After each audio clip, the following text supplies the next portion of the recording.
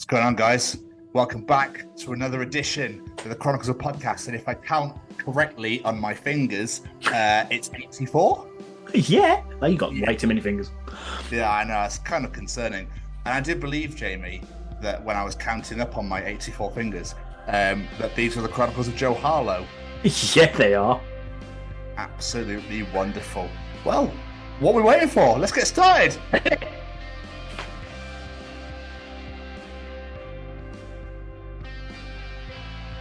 This is Ron Wasserman, the nut that wrote Go-Go Power Rangers. It's Boba Fett here. This is Molly Rennick from Living Dead Girl. It's WWE superstar legend Davey Boy Smith's daughter, Georgia Smith. Hi, my name is Joel Harlow. I'm a makeup effects designer, creature creator, character creator. You are listening to the Chronicles of Podcast. Deaf people will see far fewer helicopters than... I've heard you'd be taking the piss out of seagulls being jizzed on. Where'd you get that other sauce from? Brown. You just got it from Brown. Hello, everybody, and welcome to the 84th edition of the Chronicles of Podcast. And these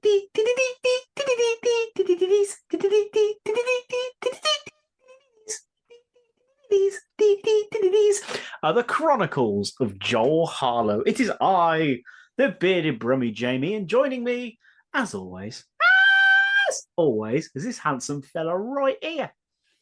It definitely didn't sound like these this week. It sounded like you're going titties. I do believe, Jamie, that was the Pirates of the Caribbean theme song. Yay! Yeah, the only reason I know that is because Braden texted me a couple of days ago and wrote me a song and said, sing this to the Pirates of the Caribbean theme song. So I played it on the Alexa like 2 days ago, and it was one of the funniest things I've ever said and sang. And that's the only reason how I know what that was. So, have you not seen the Pirates of the Caribbean movies? I've watched the first one and that's it. Oh. So anyway, it's story time with Tom. Oh. I think it's time to get straight into a story because I can't leave this any longer. This has to be talked about now. Okay. The headline in Wales Online reads, "Man admits sex act with a seagull in an alleyway." And I was like, okay, straight away you have my attention. What? Yeah, I this is exactly why I couldn't leave this alone. This had to go straight into the beginning. All right. I don't blame you. I'm invested. Let's go. Okay. Man was seen on camera catching the bird, then performing the sex act whilst watching his phone. A man has admitted carrying out a sex act involving a herring gull that caused unnecessary suffering to the bird, an offence under the Animal Welfare Act 2006. CCTV footage played in court showed David Lee, 40, from Roker Avenue in Sunderland, kneeling down an alleyway at around 1 a.m. with a wild bird between his legs. He is seen pulling his pants off and appearing to masturbate with the bird close to his groin area whilst watching pornography on his phone before kicking the bird away and walking off. There's so much to unpack here. But there is a lot, isn't there? Do you want me to carry on? Oh, well, there's more. Keep going. Prosecutor Leslie Burgess said, at around 1 a.m, the defendant was seen chasing a girl down the road. The second piece of footage sees the defendant chasing the same bird down the road. In the third piece of footage, the defendant has a different bird in his hand. It's smaller. You see the defendant with the bird in his arms, and he goes a short space down the road. It is clear from the CCTV footage that the defendant is masturbating. The defendant places the bird between its groin, close to his groin, and in between his legs. He goes back to his phone and continues with the act. He then pulled his trousers up, gives a kick to the bird, picks up his phone, and walks off. Oh my God. The defendant What's more? said that Lee had some history of mental health issues. No shit. And the chair of magistrates adjourned that the case for sentencing had said, "I have to say that as an experienced magistrate, this is one of the most unusual cases we have ever come across in the magistrates' court." Now, obviously, it's why did you kick the bird? There's no need to kick the bird, first of all. Second of all, why? Why did... I don't get it. I don't understand. Because obviously it's a serious offence, you know, and I'm not going to say... Yeah. But Who looked at a seagull and went, "Oh, do you know what? Yeah, Yeah, I don't want to kink shame, but wanting to jizz on a seagull is just a little bit out there. But Did he how the think fuck that did he it's catch okay? it? Did he think, okay, it's fine because my semen's white and so is the bird. No one will notice. Blend in. Or did they think that like it would be like an oil, an oil, birds cut an oil, and then people go to clean them and they go, "What the fuck is this?" I've got a theory. Yeah. Sorry. No. I was going to say, like you said, how did he catch it? Like that's the most, because it's 1 a.m. So how? How? Yeah. Like, Food? Possibly. But seagulls are scary as fuck. I wouldn't even want to try and catch a seagull. Fuck that. And how the hell did he hold it in place with his legs? Has he got Callum's legs? Could he just not escape? Must do. Like that was, yeah. I mean, as soon as I read the title, I was like, "Wow, that's going in the show."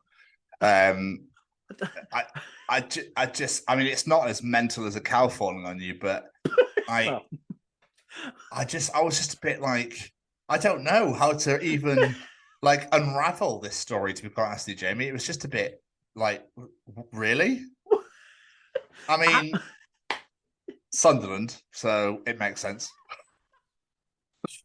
That makes perfect sense to me. So, but I have a theory that maybe this guy was shit on by a bird, and he's like, "I'll get you back, and I'll get you worse. Just you fucking wait." If he has mental health issues, he probably, because bird shit's white, he probably thought the bird had jizzed on him. Oh, maybe.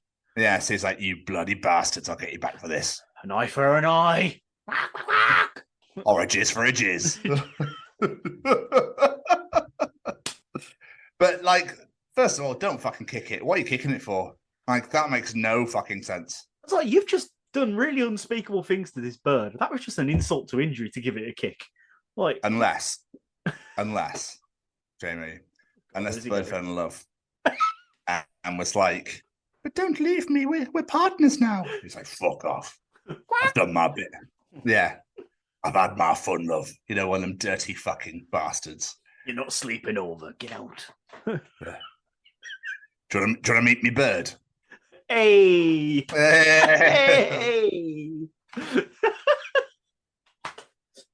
Anyway, let's move on very swiftly before we get called by RSPCA or something. I've heard you've been taking the piss out of seagulls being jizzed on.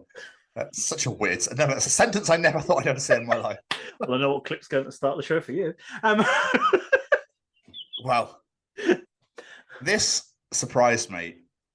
Don't you think it's crazy, and I do it, how shocked people get by how long ago things were? Yes.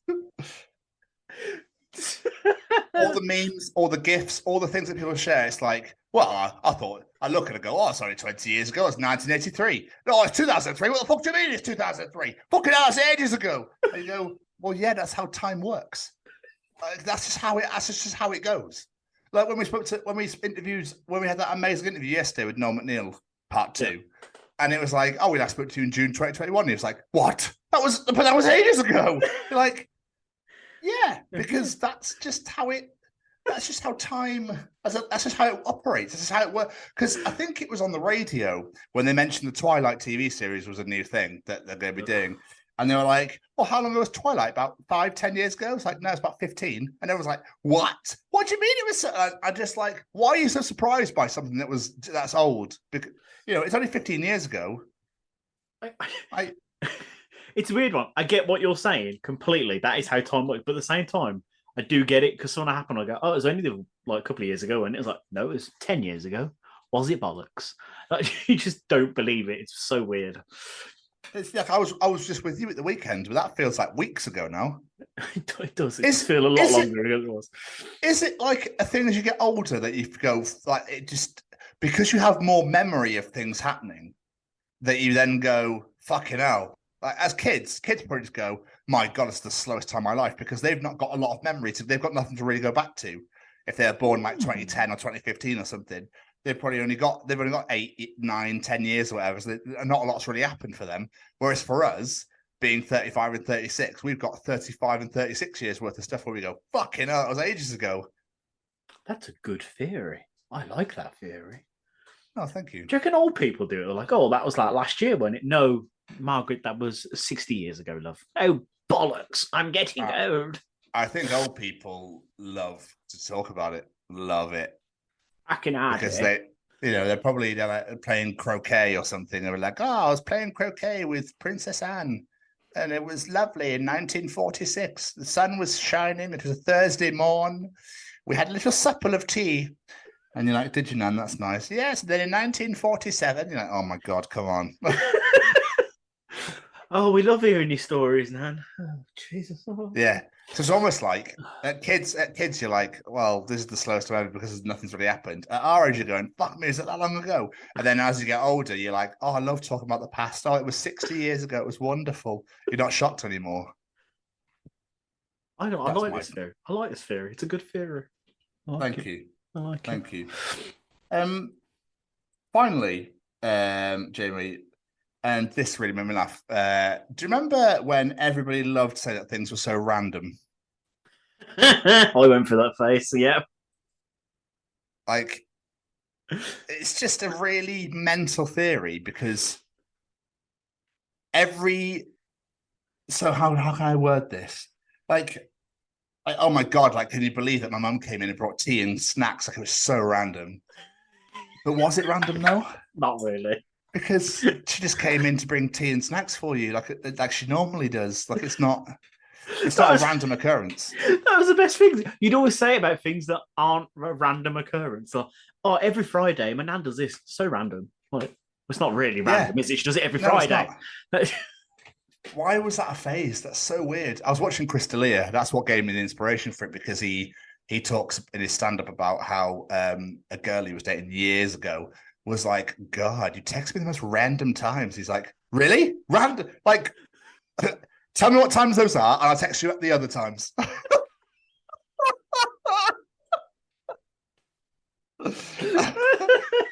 I was just like, fucking hell, yeah. People used to be like, oh my God, like, this is what's random. You go skateboarding and then suddenly a cheetah starts chasing you in the middle of January in fucking Greenland, and there's no half pipes, but as you're skating down there, fucking the Hulk appears. That's fucking random. That's really fucking random.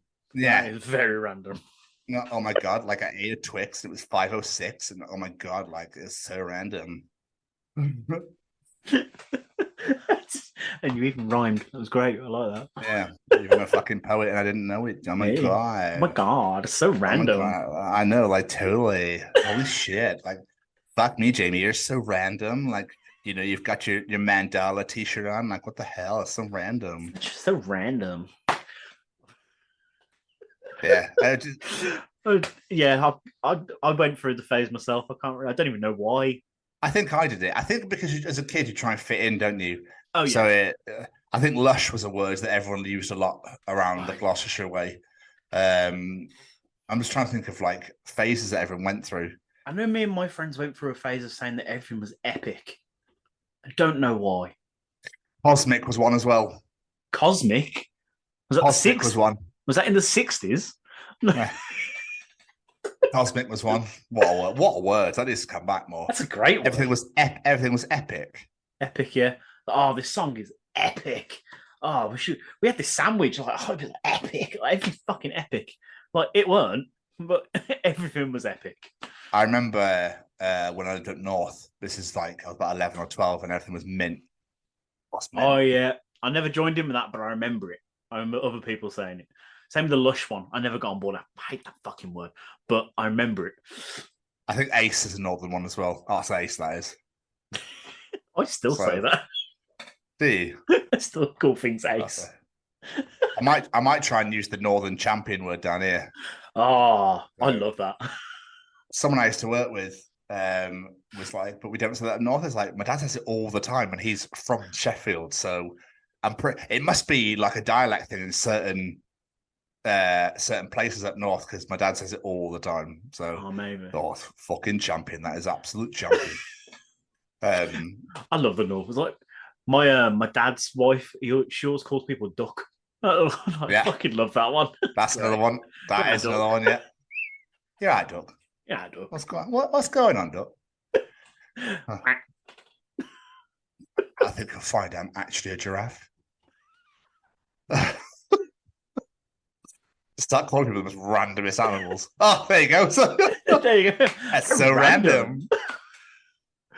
I haven't actually got anything to bring to the table today. I've spent most of my day just looking at pictures from the Met Gala and wondering what the fuck is happening in the world. What is that? I have no idea. I've literally spent while I was waiting for you Googling the Met Gala, trying to understand what it is. And what I can tell, it's been going since like the 40s or something. But what? Why do people dress like Jared Leto turned up as a cat? Little Nas X turned up as like a mirror ball. I was like, what the fuck? But it's a party afterwards. Like, could you imagine going to a party and drinking and talking to your friends dressed as a cat? Is it an event for celebrities to celebrate themselves for being rich and famous? Pretty much. I hate shit like that. Yeah. I hate shit like that. Yeah. There we are then. And apparently every year's a different theme. I'm like, what's the theme? To dress like a prat? I don't get it. Prat. That's, okay. There we are. You could have said dickhead or knob. I thought about prat. I haven't heard that in a while. It's such a shit word, though, isn't it? Don't you think? It's like nice. Such a shit word. Oh, God, you're so nice. Nice. Like, it's so like up in the air and vague. Like, all right, what's exactly that? If you really want to use adjectives, go fucking use some adjectives. Don't fucking just be like, oh, you're so nice. Nice is one of those words that you can't tell if someone's being genuine. They're going, oh, that's nice, or they're going, oh, that's nice. You were the fucking king, the king of using the adjective, and you're the king of repeatedly using the same adjective in about the same sentence about 5 times. Yeah. I'd like to get my point across. It's incredible. That's so incredible, that incredible thing you used. I knew you were going to pick up the word incredible. I knew it. It's that or amazing, I've noticed. Ladies and gents, if you ever had a peek into our emails, you would see, you could tell who's who without looking at who signed it off at the bottom. Because mine are amazingly incredible. That's why. Well, there we are then. Hey. Lovely. How are you, my friend? Are you well? I'm very well. I've had a nice, relaxing day today. I was determined to just do fuck all today because I never do nothing, and I'm just wiped out. And I was like, I need a day where I do nothing. So I did a couple of little bits because you can't just ignore everything. But I did as little as possible, and I just chilled. And the day felt like it was over in about 15 minutes. I was like, son of a bitch. It's always the way, though, when you want to chill out. Always the way. Yes, the same thing happened to me yesterday. Always the way. Always the fuck. I was like, I'm going to watch a film. I'm going to play a game. I'm going to do this. I watched a film, and that was bad. And the day was over. It felt like I was like, where's my day gone? What'd you watch? Pirates of the Caribbean, the 4th one. There we are. Then I was doing like pre-editing for this episode, and I saw a clip of what Joel had done on Pirates of the Caribbean 4, and I was like, I've never seen that one in years. I'm gonna watch that today. I decided to watch that. There we are. Chilling out with Johnny and his pirate pals. I love those movies. But yeah. How are you, sir? Yeah, I'm all right. I'm okay. Went back to the old Rhiannon today. It was all right. It was fine. It is what it is. So it's after the weekend we've had, I was just a bit like, oh yeah. That was exactly me when I went back to work Sunday. Yep. Cool. Like, yeah, okay, here we go again. Some things that were said, I can't put them on here, unfortunately. I'm not trying to dangle carrots. It's just I just don't want to put them on here. I was just a bit like, okay, cool. Yeah, no worries. This is obviously how this shit goes, I guess. So yeah, it's fine. It is what it is. But yeah, man, I'm all right. I'm on my own. I'm on my own for 3 days. So a lot of wrestling's going to be watched, put it that way. I just want to say right here, right now, that today I became all elite. I'm all in. You are. I'm so excited. So excited. Floor seats and everything. AEW all in at Wembley Stadium on 27th of August. It's going to be unbelievable. That's awesome. I'm not going to lie. I'm jealous as fuck. I really wanted to get tickets, and I guarantee by the time my next payday comes around, It's either going to be sold out or it's going to be, you can sit all the way up there. If you bring a magnifying glass, you might see someone. 35 quid though. 30 quid even for the top, for the rafters. Yeah, so, but I was like, it's a once in a lifetime opportunity. I got commission from work, and I was like, fuck it, I'm saving it. I'm going to buy my AEW tickets on when they get released. And then obviously I got an early bird fucking code, so I was like straight in. And then when I logged on, it was like, you are 2,000 plus in the queue. I was like, motherfucker, no, I didn't know there was a bloody queue. Yeah, I think I've read somewhere they've sold like 135,000 tickets today on pre-sale. And do you know what really makes me laugh is the amount of people giving them shit on Twitter and giving them shit, being like, "Why you go for Wembley Stadium for your first event? It won't sell out, but you'll do shit." And Well, I think seems to be doing well. Yes, and it's not even on general sale yet. So, I was literally sat here at fucking 8:15 in the morning, like, right, bastard, how will be getting my tickets? What was great was I was like, it was like 2,000 plus in the queue, and then it went like to 1,300 really quickly. Then went to like 7. I was like, oh shit, this is going well quick. That's all right. So yeah, but I'm actually get floor seats, so I'm really happy. I'm right in the corner of the floor, but I don't give a shit. I'm on the floor, so and I'm pretty sure it might be the other side, but I'm pretty sure it's one side Moxley likes to come out of. So it could be the other side, but I don't give a shit. I'm on the floor, and it's going to be amazing. So, and I get to be there and experience it live in person, so it's gonna be great. I'm not trying to rub it in. I'm so sorry. That's fine. I'm just very, very excited. I've worked my ass off, and then when this got announced, I was like, "Oh my god, they're releasing tickets straight after I get my commission." Thank you very fucking much. Because normally these assholes release their tickets in the middle of the month. Who the fuck does that? Who releases tickets in the middle of the bloody month? No one has money in the middle of the month. Are you mental?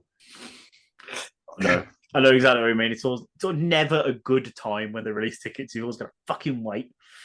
But yeah. Absolutely. Awesome. What's been going on, man? What? Obviously, we mentioned that we've been spending some time together. Well, yes, we have indeed. Before we did that, I went to Rihanna, and I've been working earlys and nights. My usual mixed up shifts. I've been to 3 gigs this week. 2 of them with you, mind. But I went to see Nanowar of Steel, who we saw at Bloodstock. They're so good. So much fun. In a tiny room as well, the O2 Institute in Birmingham. It's a tiny room. I got to see them and Tragedy, who I've listened to a couple of songs and never actually properly experienced. Again, great fun. Have you heard of Tragedy or heard Tragedy before? Nope. They do metal covers of disco songs. So they opened with Tragedy, obviously, but they did songs from Grease, they did Bee Gees songs, they did fucking Sweet Caroline. I think they ended with the YMCA, and it's just so much fun. The only thing I had with it is after a little while, you're like, okay, this gimmick's getting a little bit boring now. I got it. It was fun for a little bit, but now I'm just like, all right, I'm kind of bored of this now. So there's only so many things with covers that you could be like, oh, do you know what? Like one or two is great, but after a while, like, Jesus Christ, I've had enough of this now. At least when Punk Rock Factory do it, they sort of mix it up with different styles. So they got like TV themes and Disney songs. It's all mixed up, but this is literally just disco songs. I was like, okay, I got it. I got the gimmick. Yeah, it's a disco song as metal. Yeah, it's great. Good fun. And it was good fun. I was just like, yeah, I'm a little bit bored of this now. But Nanowar were just phenomenal. They should have headlined in my eyes. But I've now... Me being me, do you remember ages ago I taught Olivia the Call of Cthulhu song by Nanowar? Yes. I've taught her another one, and she absolutely loves it. She keeps getting me to play Armpits of Immortals, like taught her the dance and everything. Like, she absolutely loves it. She keeps getting me to play it for her. And yeah, it's just a great song. But they were brilliant. And they played the one song they didn't play at Bloodstock I really wanted them to play, and that's when she turned into a gargoyle, and incredible. What else have I done this week? I won't talk about the other 2 gigs till afterwards because we were together. We'll talk about that together. We've done an incredible interview yesterday, which was phenomenal. Like, I swear, it's so good. I went to see the kids yesterday as well, which was great fun. Took them out for the day. Watching wise, I watched Pirates of the Caribbean Stranger Tides today, like I said. Picard Season 3, I finished it. I'm not going to lie, I almost cried like a fucking baby at the end of that episode.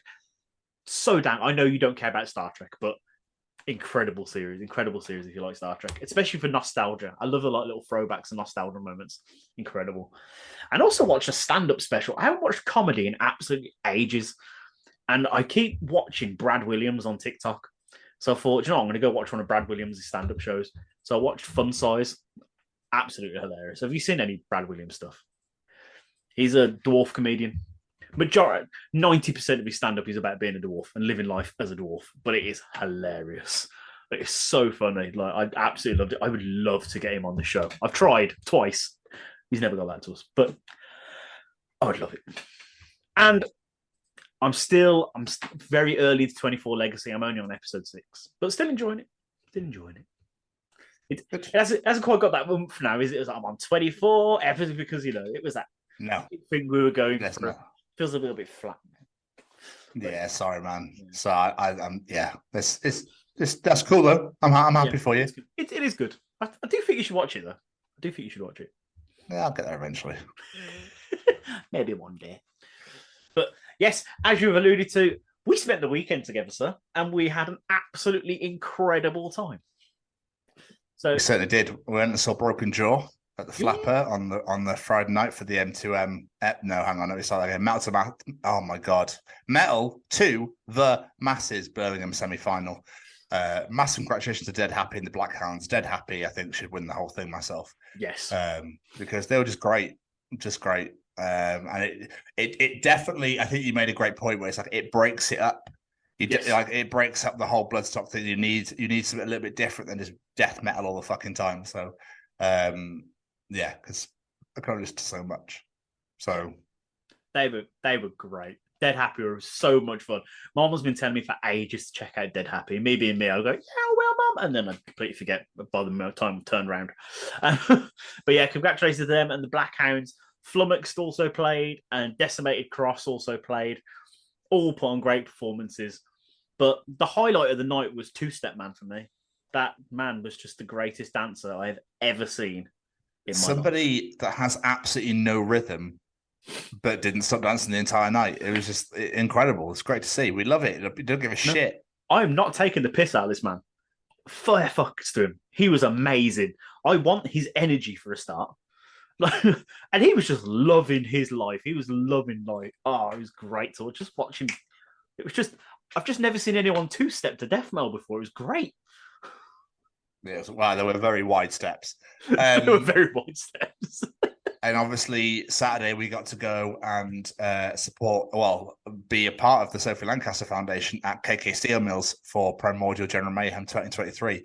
We ran the stall for the first time in their history. They allowed people from outside. Well, I say outside. We are ambassadors of the foundation, but obviously they managed to do that one, Uprising, and the Whitby Ghost Festival. And that was unbelievable. That was quite the experience. Thoroughly enjoyed. Shelley ran out of food, but still. And then I had 100-person queue deep for the pizza oven outside. But never mind, it sort of swings and roundabouts. It's all good. The night was amazing. The bands were incredible. Yep. Well, I know you enjoyed because it was all dad rock. I was waiting for that. But I've just seen that Death is a Girl are playing a festival with Marissa and the Moths. So next Sunday, I really want to go. Yeah, of course you do. So yeah, it was great, and it was just great to meet all the people. Great to meet everybody. Thank you so much for coming down and come and say hello and pick up some merch. It was great. It was really great. It was absolutely wonderful. Just had a great time. It was absolutely amazing. It was an honor to be able to represent the foundation, like Tom said, as our first outing as ambassadors. And I sort of re-enlightened something in myself when I was putting the merch out on that table. I forgot how much I love merchandising, my friend. I almost, for 0.001 of a second, missed retail. Almost. Who could? I was going to say there's no way. There's just no way. No thanks. It's so satisfying. Oh. But yeah. But you can just do it. Just do it for every table we put up. Yes. That's the deal now. Yes. Yeah, that's fine. That's the deal. That's the deal. But yeah, we raised quite a bit of money, which was great, and it was just really happy. And they were so happy. It was just great to, it's great that this little indie podcast got given a chance on, and look where we are now. So, yeah, it's absolutely amazing. So everyone that came to KK's and came to say hello, you're all heroes, you're all champions. Thank you so much, and we look forward to seeing you again in the future. Absolutely. Absolute champion. Anyway, what have you been up to, my friend? Obviously, apart from the weekend. Apart from the weekend, yeah. So obviously it's been bank holiday, but because Kerry Sport she didn't buy, she used her Virgin Air Mile points to secure us VIP tickets to WWE Live in Manchester on Thursday.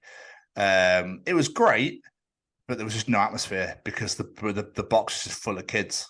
So I was like, oh. So me and Karis were the only ones making noise and cheering and enjoying it, and everyone else just sat there, was just so dead quiet. And I was like, ah. Huh. And then the kids started like fighting with each other, and I was like, oh, I just can't be fucking arsed with this. So that was a little bit annoying, but there we are. We've decided that we won't do that again. No, don't blame me. No, but it was a great experience. It was nice. We got free soft drinks the entire time, so that was cool. And I got to see Seth Rollins, so I was more than happy. And I've got a 3-minute video on my phone that I will never delete of just singing his song. So that was absolutely unbelievable. So Wednesday night we drove up to my dad's to Sheffield, so I went to see my dad. I stayed there for the evening. That was really nice. And then, like I said, we drove to Manchester. We had she hired out an apartment for the day or the evening. So we had like our own apartment, which was really fucking lovely, right next to Manchester Piccadilly bus station. So that was absolutely sick. So we didn't have to it's not a hotel, so it was great. I fucking loved it. And then obviously went to see WWE. And then Friday we went walking around Manchester, went to the Arndale, went for breakfast at a place's name I've forgotten, but it was absolutely unreal. Expensive, but unreal. And then I went and got my beard cut when I was there. And then we walked on the Arndale, did a bit of shopping, having a bit of a wander. And obviously, For the Love of Wrestling was in town. So I was like, oh my God, if I bump into somebody, that'd be unbelievable. And I did bump into somebody, but not from For the Love of Wrestling. I bumped into the Betfair Casino man, who does Backstreet Boys, but for Betfair Casino. You were telling me, I don't know what this is, but I'm intrigued. So, yeah, he's a proper Cockney geezer dressed in yellow fur, and he does an advert for Betfair Casino. And he had like a little stall in the Arndale in Manchester. And I was like, fucking hell, it's Betfair Casino, man. That's how he will forever be known as. So yeah, that was kind of cool. So then, obviously, from Manchester, we then set up, went to the Trafford Centre, went for a walk around there, got a delicious Ferrero Rocher milkshake, and then set on our way to Birmingham to come and see you. So then Sheffield, so Newport to Sheffield, Sheffield to Manchester, Manchester to Birmingham, saw you. Then we went to Wolverhampton to the event, to go back to Birmingham, and then I got on the bus in Birmingham back home. You've done some miles this week.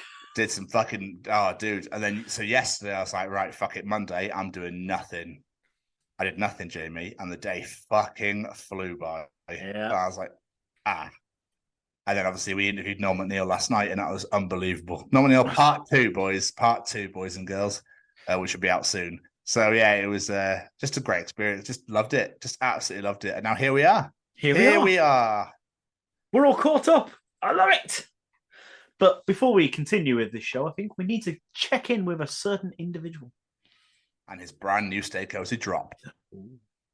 All right. Is this thing on? Well, howdy doody, everybody. This is Braden Berry from Say We Can Fly, founder of Stay Cozy Clothing, your one-stop shop for the coziest, most fashionable hoodies, t-shirts, and more. Gosh, Mickey. That's right, folks. And we're proud to say that we are now sponsoring the Chronicles of Podcast. Ouch. Hosted by Tom and Jamie. Like, you can get 10% off, man! That's right, Shaggy! Just use the special code, The Chronicles, at checkout. Oh, boys!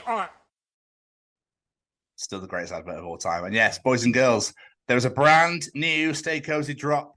New hoodies, new tees, and now mugs.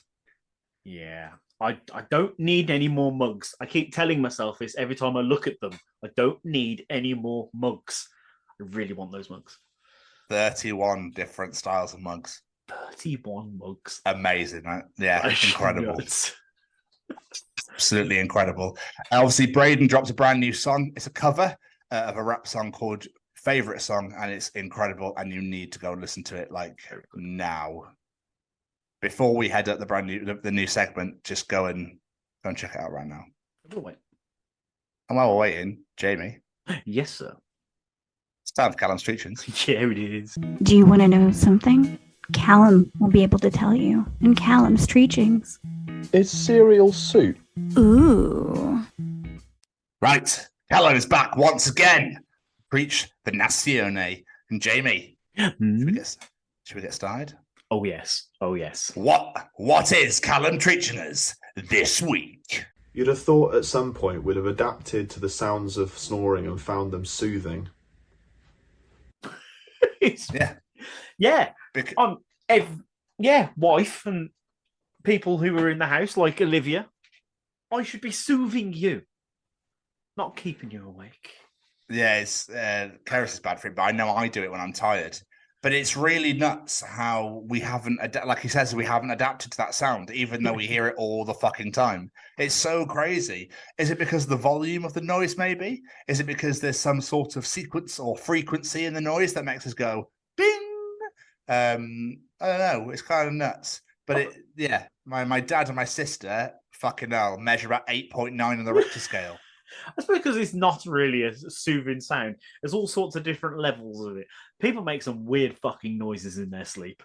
Like, some people sound like dogs. I'm looking at you, Claire. People make some weird noises in their sleep. You're looking very confused. She's got a sleep recorder thing on her phone to measure her levels of sleep, and she played me a clip of her snoring, and it literally sounded like a dog barking. Like, it is the most terrifying sound I've ever heard in my life. What? Is she not a werewolf? Maybe she's a werewolf. I had a vision of her going like... It was pretty much like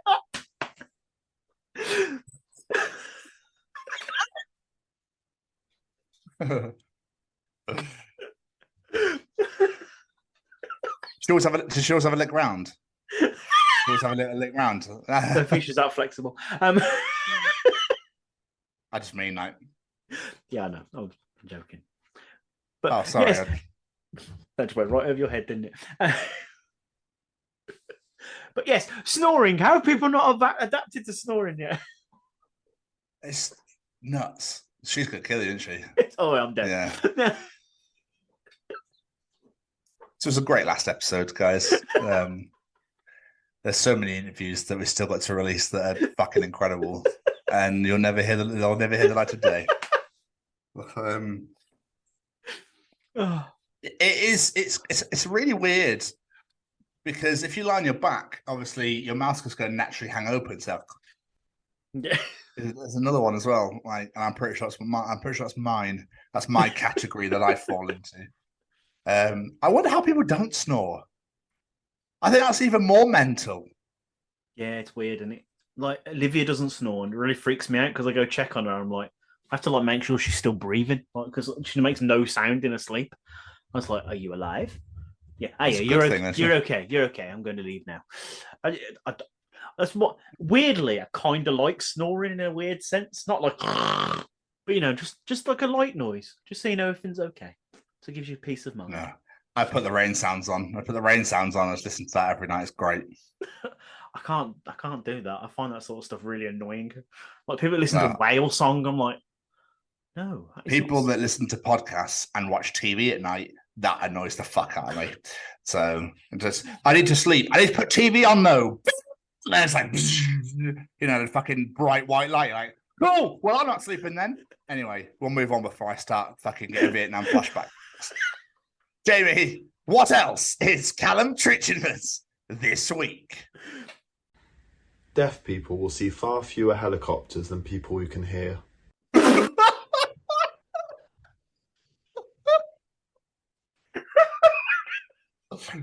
reckon there's even a sign for helicopter? There they go. That has got to be one of my favourite ever treaches.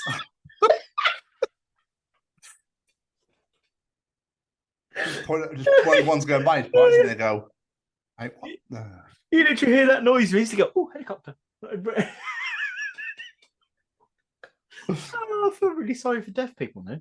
I did anyway, but even more so now. I don't get to see helicopters. Is it that? It's got to be. I really want to know now. Is it that? Or, hang on, I can't do it like that.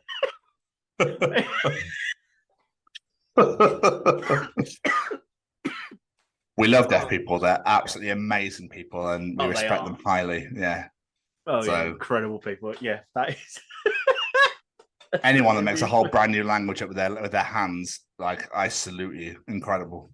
Absolutely, that is phenomenal to be able to do that. Like, I know a girl who can do sign language, and fuck me, I don't know how she learns it all. Like, I struggle to speak, let alone when we do it with my hands. And right. No, I'm joking. Yeah. But Callum made a great point, and I don't think that needs touching, to be honest with you, because I don't want to be pissing up or upsetting anybody. Well, I don't want to piss anybody off. I don't want to go anywhere near it. I don't want to touch it. It's gold as it is, and we'll leave it there. Gold. Let's just leave it. It's gold. Hell of a treat. So we'll move on. And finally, Jamie, what else is Callum treating us this week? At some point, the detail of drawing a penis goes from graffiti to actual porn.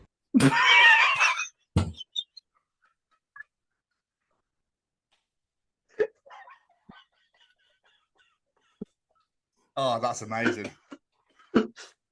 That's actually rare. What is the obsession with drawing penises on things? I've never understood. Like, at school, all the time, it would be like, but you would always do like the phallus bit, and you'd always draw that little set and a line, and then the little spunk things. Then balls started to come into it with hairs on, and you're like, I was gonna say, you got to draw the hairs on the balls. Got to draw the hairs on. And the now balls. all of a sudden, yeah, it's getting like crazy. It's like, do you want to draw something? Yeah, all right. What can I draw? What can I could draw a star. I could draw a house. I'm gonna draw a massive fucking cock. Why did it start as Superbad? But never seen it. So the main character in it is obsessed with drawing dicks. So it's just tons of them. But what is the line? That is the question. What is the line between ha ha ha, I'm drawing a dick, and this is fine art, ladies and gentlemen. This is a penis. You know, talk about art real quick. I don't get it. I've never fucking got it, ever, art. I don't understand why someone looks at something that's been painted and goes, as you can see, he was feeling very emotional. Yes, you can see with the way that the lines wave that he was definitely feeling some dark feelings. There's a bit of depression in there. You can see that, yes.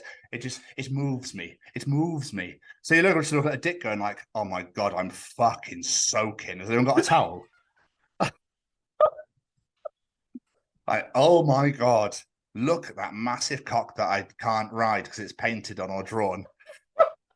Like, that is a pornographic dick right there. I'll tell you that right now. Is it a stage? Is it stage? So it's like graffiti when you're in school, and when you get older, now it's like, oh, it's another treacher. That's a beautiful treacher. That is really, we put it in the Tate. That is a beautiful penis, ladies and gentlemen. Beautiful penis. Just look at the details, the veins. Just everyone in an art gallery staring at a giant painting of a cock. The thing is, though, James, the thing is now, it wouldn't surprise me. Oh, no. When people, fucking modern art, put a fucking chair in the middle of something and go, oh my God, have you seen this? Unbelievable. You can feel the way pain. The way the chair is slanted, it just shows that joy, that happiness that comes from within. And then the way the wood is finally like sanded over the top by the way the person who made the chair made it, not the person who put it as art. The way they've blended over that little part of the top there, you see, where the legs come down. It's just like the way the legs move down just shows that like it's a body of a woman. The way that it's stroked softly in silk. Like, fuck off. Are you for real? Like, seriously. It's the ones to do that as well. They're like, it's a representation of modern society and culture. I was like, it's a fucking chair. What are you on about? Like, I want someone to put a massive middle finger in there, and it's like, what's that represent? Oh, fuck the Tories. That's the representation I get from that. And I'm going to go out on a limb here. I don't give a shit. Fuck the coronation. I couldn't give a flying shit about it. Why you want to give a fucking man-child way more money than he already has anyway, where people are starving, there's kids not getting education, fucking, winds me up. So I'm going to leave it there, but I don't give a fuck about the royals. I don't give a shit about the coronation, and we need to fucking sort this country out because it's coming at the worst time. Defund the monarchy, motherfuckers. Defund the monarchy. Woo! Anyway, can't protest, get arrested. I fucking hate this country. Let's move on. Thank you, Callum. Thank you for your wonderful treaches. I do apologise for my little rant there. It really got on my fucking tits. So I don't know how we went from penises to the Tories to the Royals, but here we are, boys and girls. Chronicles of Podcast. Did you see those two women that are waiting outside already? They got there Saturday or Sunday that are waiting outside the Buckingham Palace. Get in the fucking sea. Why? Go and swim out. Just don't come back. Anyway, sorry, Jamie. Yes. It's time for Tom's Journal. I think it's a good idea.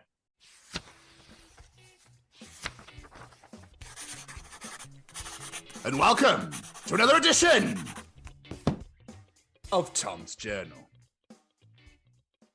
Welcome to another edition of Tom's Journal. Jamie! Yes, sir. Oh my God. I just found out that Spinster used to be reserved for women aged 23 to 26. And after you turned 26, if you were unmarried, you became a Thornback. How fucking great is that name? That's an incredible name. So if you're not married by the age of 26, you're a Thornback. That is incredible. It is. Do you want to know the rest of them? Yeah. After 26, Thornback. After 36, Doomwitch. After 46, Henge Queen. After 56, Liberated Pain Mother. After 66, the Unburdened Empress. After 76, Red Mary. Outside time and space, the unmaker of the bonds of heart, destroyer of the labyrinth, obliterator of man. At age 84, Judi Dench.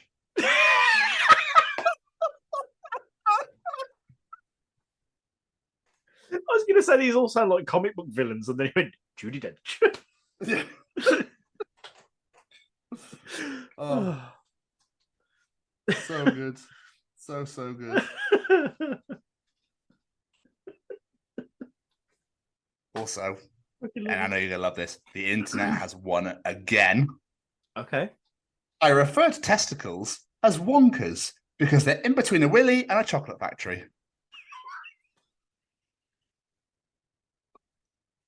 That is beautiful. That is absolutely beautiful. From this day henceforth, testicles will be known as wonkers. Yep. Brilliant. How do I tell my boyfriend that I want him to scream at me like I'm in bed with Gordon Ramsay and I'm a little chef just ruined a creme brulee?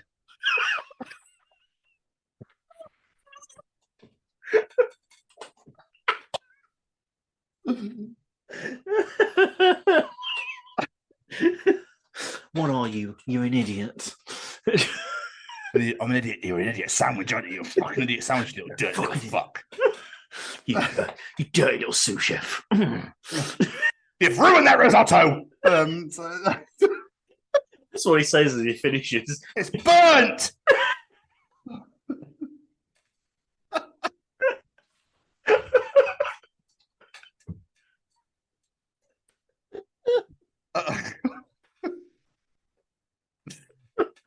Oh, I did not want to think about Gordon Ramsay dirty talking. Another one for you. Carpe that demon. Seize the dick. Or whatever that Latin guy said.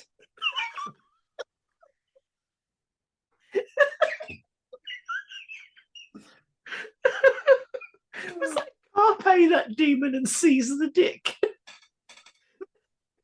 Yeah. Just wanted to clarify because that was what I heard. Oh, incredible. Jamie, candles are how we keep fires as pets. And this is unnecessarily adorable.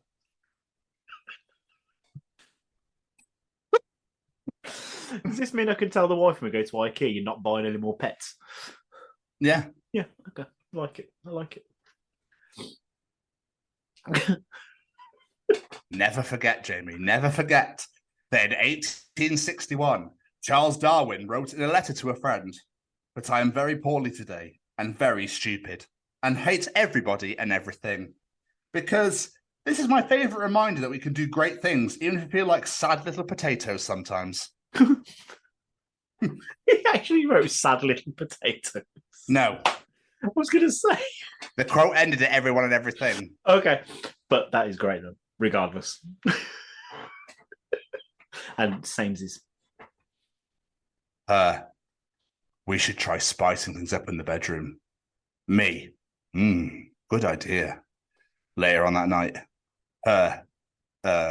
Love, what's this in the bed? Me seductively. Paprika. I don't know why I had this feeling you're going to fucking say paprika. Out of all the spices, paprika is the one that came to my head as well. Do you remember we did the animal and shit and the referencing in the English language a while back? So it's like animal shit and what it meant. Yes. I've now got a longer version. Oh, God. To be truly fluent in English, you must know your shits. Dog shit, very poor quality. Bullshit, not true. Horse shit, nonsense. Ape shit, rambunctious. Bat shit, insane. Chicken shit, cowards. Rat shit, poor quality. No shit, obviously. Holy shit, mind-blowingly unbelievable. Hot shit, very good. Dip shit, a total dumbass. Tough shit, take it or leave it. Jack shit, nothing. The shit, perfection.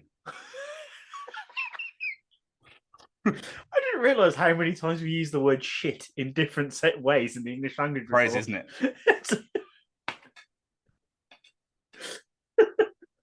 I just like that. The shit, perfection. Yeah. My husband almost fell down the stairs, and now we are in a heated debate as to whether my gasp was out of fear for his safety or excitement about a possible life insurance payout.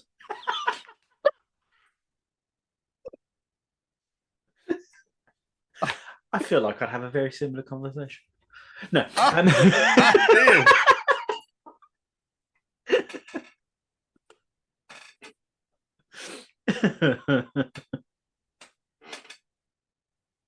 This also, I don't know why I'm putting this out here, but I'm going to. Somebody Googled this question, and this could actually be like one of the most severe killers of like in Spyville if they ever tried. What does plutonium taste like? Plutonium has a very candy-like taste. It's very sour, though not overly so, and it is equally sweet. Following the previous journal entry, interesting. Just bolstering you up there, James. Just bolstering you up. I'll add that to the list.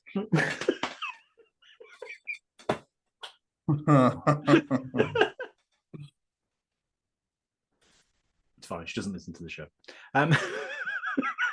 I'll give you a couple more. What, ideas or entries? Yes. The manager of this gym is looking at me like he's never seen someone sit on a weight bench before to finish their hash browns.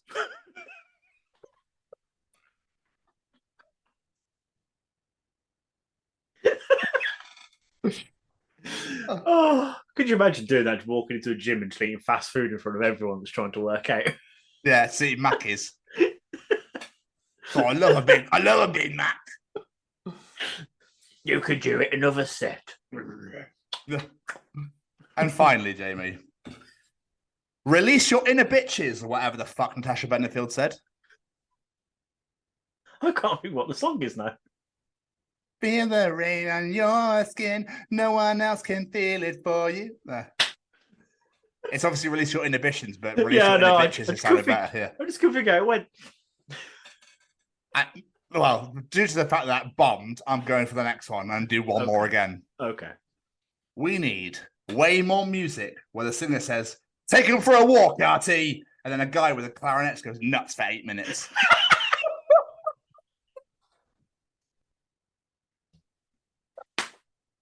Every song needs that. Every song. Just a weirdly, massively long jazz solo for no reason whatsoever. I just thought about it's not Take It Away or anything like that. Take It for a Walk. It's fantastic. And that was another edition of Tom's Journey. Oh, absolutely beautiful as always. It's one of my favorites. It's one of my favorites this week. One of my favorites. I love it. Absolutely love it. Thank you very much, sir. We should definitely bring that piece in there. We shouldn't waste any more time. Yes. Oh, yes. Waste no more time leaving that piece of resistance out there. Welcome to the Chronicles of Joel Harlow. The makeup is extraordinary, and the way they apply it is very sophisticated, and they're really good at what they do, and so I'm very happy to work with them. Joel Harlow is an Academy Award-winning special effects makeup artist, and by God, what a story, what a career, and what a resume this man has.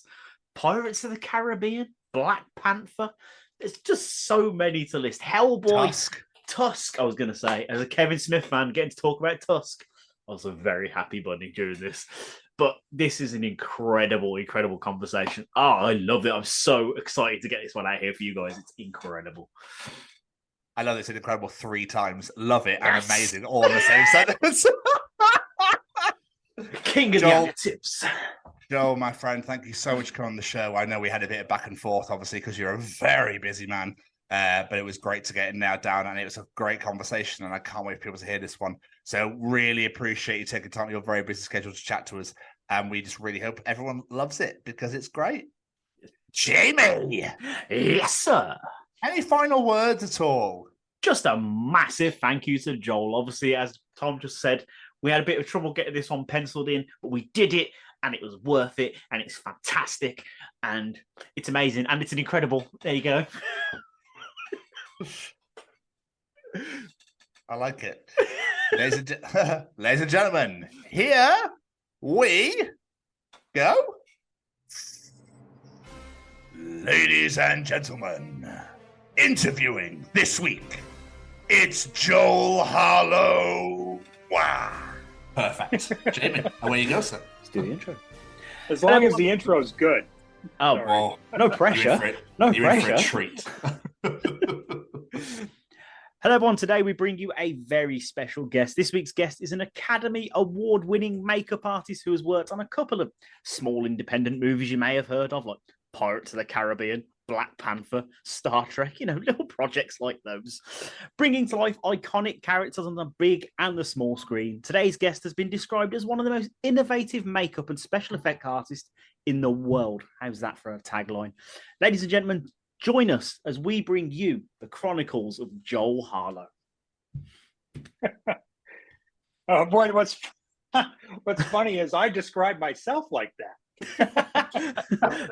That's where I saw that quote. It's from you.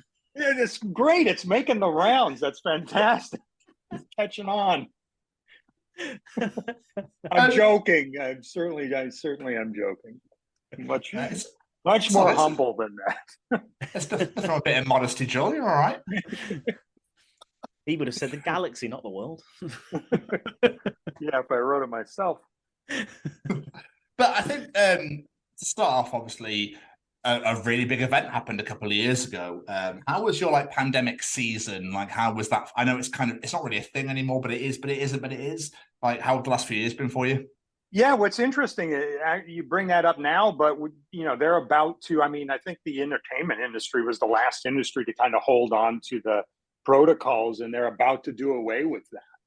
We're going to be moving out to Atlanta for another show. Every time I do a show, I sort of pick up the shop and we move to a different state and different production we set up, and we're going to be moving into the old health and safety building that, when I was out there on Black Panther, I would visit to get my nose swabbed.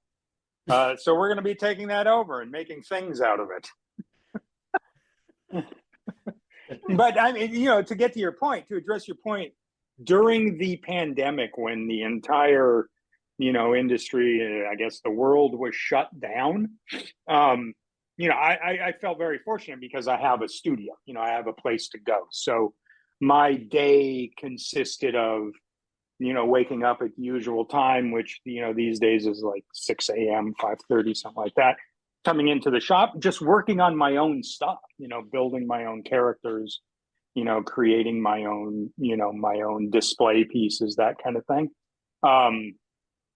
So, I was actually having a great time, because it's, when you have the time to work on your own projects, usually it's between other projects. For me, it's between other projects or during other projects.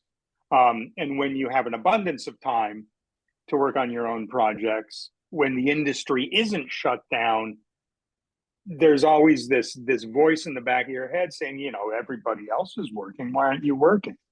Maybe the tagline wasn't true, So when the entire world is shut down, then nobody's working. So it was almost, it was, there wasn't that voice, there wasn't that, you gotta get a paying job, it's like, well, there aren't any, so I can just create, get back to creating like I did when I was a kid, creating for the sake of creating. That's great. It's great to see, you turned that negative into a positive and spent time just working on yourself, on things you wanted to do.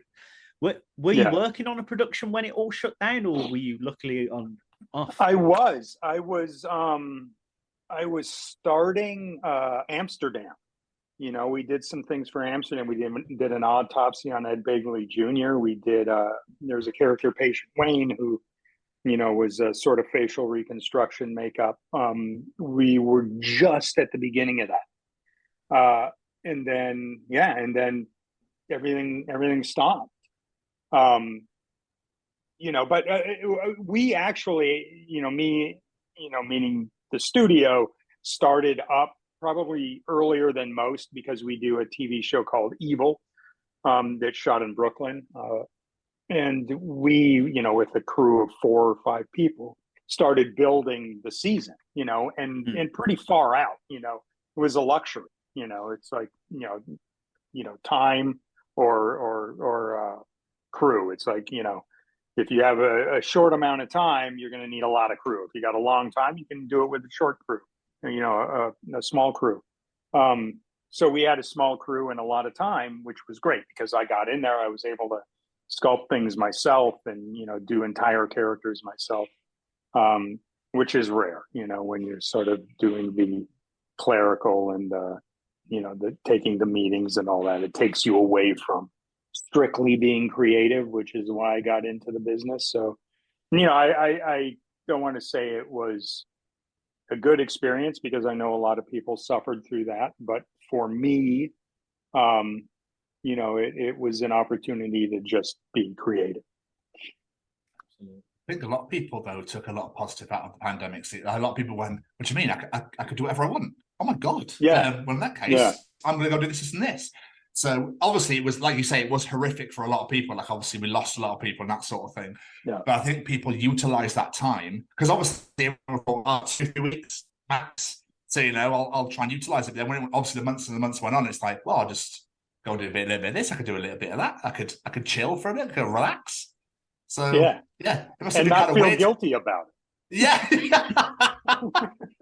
So it must have been so like crazy. I can play video games all day, because what the hell else am I going to do? But I can imagine for yourself, obviously, because it's like go all the time, that you're a bit like, where's the go gone? Is the go still here? Or well, it was because I didn't stop going. I just like, okay, well, I'm going for a production, and I'm like, then suddenly the shutdown, I'm like, okay, I'm just going to channel all that, because I can't stop. It's like a shark, you got to keep swimming. It's like, I'm just going to go to this, here's something I always wanted to do, and, I like, when I'm in my studio by myself, this is totally a tangent. But here's a tangent to the tangent. When you get a sketchbook, I don't know if anybody out there sketches. I'm sure there's a lot that do. When you get a sketchbook, that's like a untapped potential. There's a world of possibilities in that sketchbook. you know, flip the page, and by the end, you know, hey, if I could fast forward a year, what kind of designs would be that kind of thing. So what, like when you're doing a sculpture, you know, you take all the clay off, you know, you mold it, and all that clay that you used. A lot of people throw that away. I put it into a bucket and heat it up. And it's fun to just say, okay, well, this clay, you know, still has potential in it. You know, so I'm going to take it and I'm going to turn it, I'm just going to start smashing it around on a head cast or whatever and turn it into something. And, you know, I've gotten, you know, at least in my display area, at least 2 characters that just came from this, you know, discarded, you know, oil-based clay, you know, hair in it and pieces of plaster and stuff. But, you know, it's there were still these characters, you know, waiting to be sort of pulled out of it, you know, which, yeah, at a certain point you got to throw it away because it just gets, it's more hair and debris than it is clay at that point. Nobody wants to sculpt in that. But yeah, I mean, it's fun. It's like, you know, just having that stuff and just throwing, you know, in between things, throwing it on a head cast, just just seeing what comes out of it. That's awesome. I love that. But Joel, take us back to the days of young Master Harlow. What did you want to be when you were growing up? Was it always in the world of entertainment, or was it something completely different, like an astronaut? I don't know. No, it was always in the world of entertainment. It was always making monsters. That's what I wanted to do. You know, I from childhood, I was sketching monsters, and those sketches were in my head blueprints for 3-dimensional characters that I wanted to make. So it was always monsters. It was always making characters. You know, nowadays, you know, I don't call it making monsters. I call it, you know, character creation, right? Because they're not all monsters, and you know, monsters sort of, you know, that depends on your point of view. You know, but yeah, I mean, it was always that. You know, and certainly the place for that was the entertainment industry. You know, when I started, there were no schools for, you know, makeup or makeup effects, but I enrolled in the animation department at School of Visual Arts in New York City, because that was the next, in my head, that was sort of the next best thing to still be able to create characters, you know, make monsters, because I draw them, see them come to life, you know, put them in an environment, you know. It was always that, you know. And now, I mean, nowadays, you know, I'm shooting my own films. You know, I just shot something here yesterday, and you know, I got a fairly big shoot coming up, not this weekend, but the next weekend. It's packed full of makeup characters, and you know, and that I think is sort of full circle for me, because it allows me to create the character, you know, dress them, you know, the props, and, you know, find what that character behaves like and who that character is under, you know, the exterior, and then put that character in a scenario, you know, put that character in an environment and have it react with it, you know, others of, you know, sort of the same ilk. It's fun. I really like that stuff, you know. I was going to say, I know you went to school to study animation, so that wasn't the original thing you wanted to do. Then it was sort of means to an end. Yeah, exactly. It was. I mean, assuming that the end was being able to create characters, then yes, that was the means to an end. You know, now, I mean, you can, you know, if I had my choice, I would have gone into like a makeup effects program, but there weren't there. You know, there was a class. I think I took a class in Times Square. It was like 6 weekends. But yeah, I mean, that was the next best sort of direction for me to still create, you know. And, you know, in my dorm room, you know, I would sculpt, and, you know, I'd do like stop motion and, you know, clay animation, which is a lot of sculpture. Yeah, but if I had my preference, I mean, now, you know, if I was starting now, I mean, certainly I think there is probably an oversaturation of people doing this kind of work.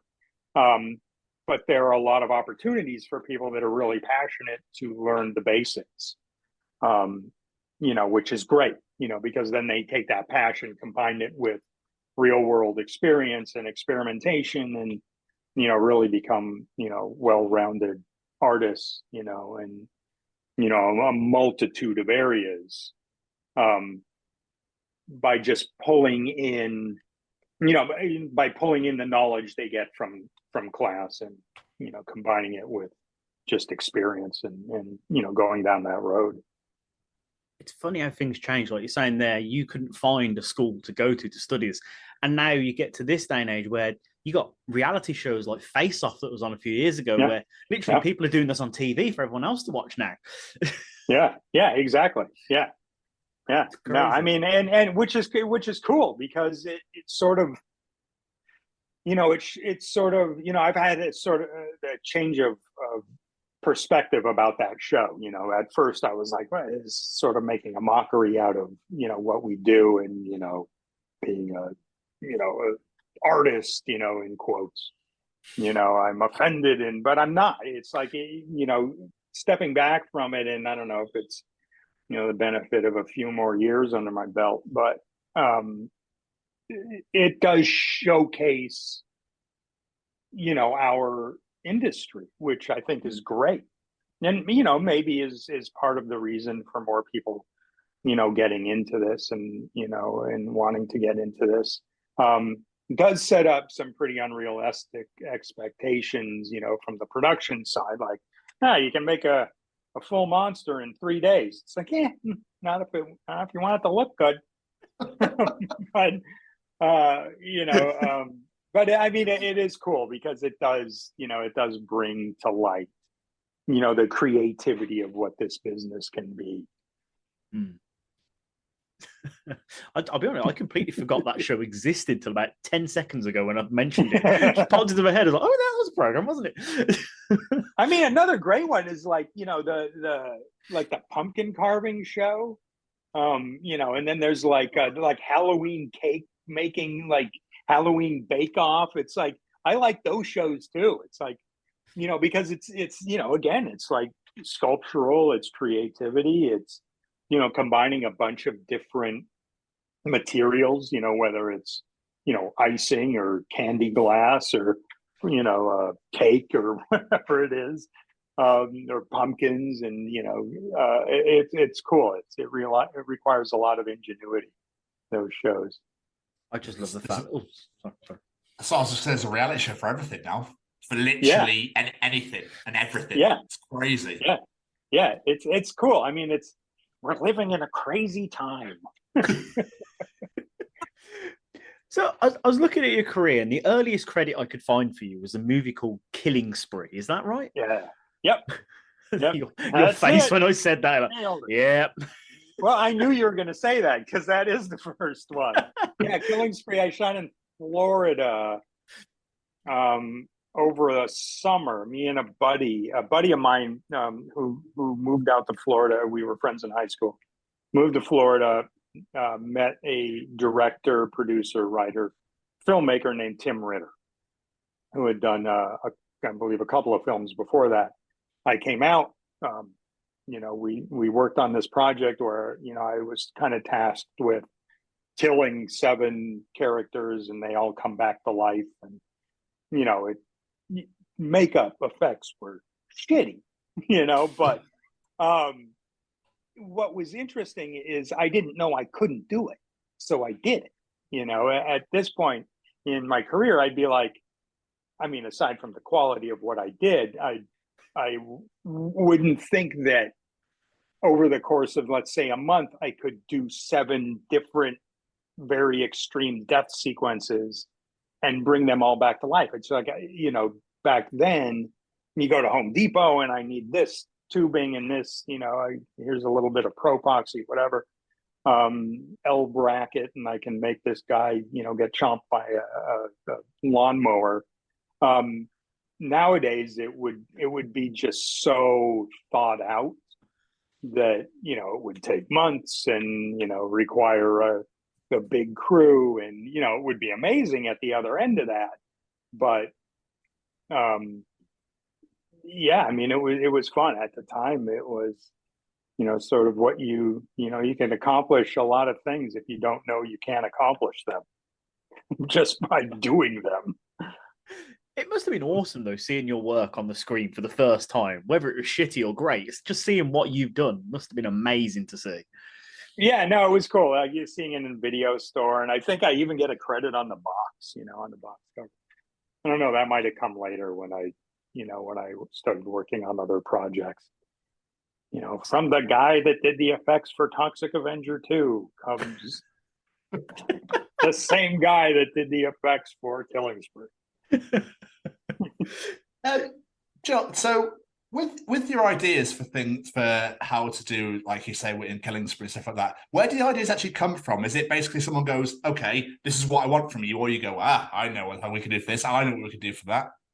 Yeah, I mean, it varies. It varies all the time. Sometimes productions come to you and they have designers that have been working on it forever. Other times, the fun times is when they come to you and say, well, let's just say we have this werewolf. It's supposed to be a werewolf when this guy turns into a werewolf.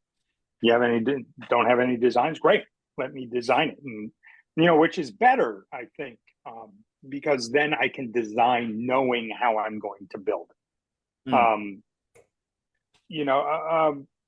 Actually, in thinking about that right now, that's sort of a double-edged sword because, if going back to, if I don't know I shouldn't be able to do this, then, I can do it, so in designing for myself, I design things that, maybe are a little too limiting as I'm thinking about it because I'm designing knowing how it's going to be made. Whereas if I'm presented with a design or I design something that is going to exist only in a virtual world, a two-dimensional world, a sculptural world, whatever, then, I'm a little more free to come up with characters and figure out how to make them later, because you can figure anything out, you can figure it all out. So I might have just changed my design approach as we are talking here. This is it. Mark this in your calendar. So, when I was doing my research, you were saying that, it was quite a while into your career before you were working on set supplying makeup. So what were you doing before? Just like working in the studio, building things and whatnot? Yeah, I mean, I would work for several companies, around the San Fernando Valley in California. Steve Johnson had a company I worked for quite a bit.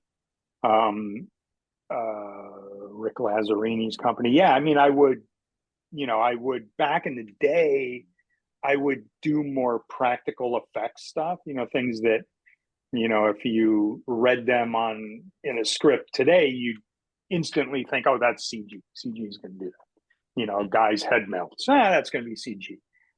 But back in the day, it's like a guy's head melts. How are we going to do that? It's going to have a skull, and we're going to have to build it up, whether it's gelatin or some sort of, material. I did a thing on Stephen King for the Shining miniseries where side of his face melts off, and it was, thick methacel, and I airbrushed that, and I started pumping fluid through it. The methacel would kind of break up in sections and fall off. And I got to apply makeup on Stephen King, so that was pretty fun. But yeah, I mean, it was primarily working effects stuff, when I was working at, Steve Johnson's. And then I got, I would go on set, like I went on set for that Shining project, and then ultimately got into the union. My first union film was The Grinch, working for Rick Baker, who was in my short film and going to be in my next short film. So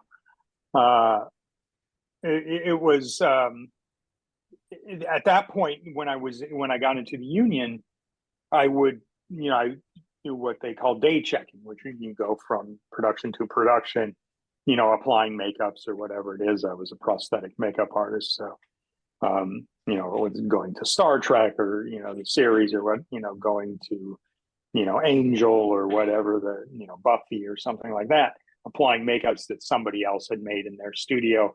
Ultimately, because I had that background, it turned into me making and applying my own makeups for productions, and that's kind of where I've been since. It's awesome to see the progression. Sorry.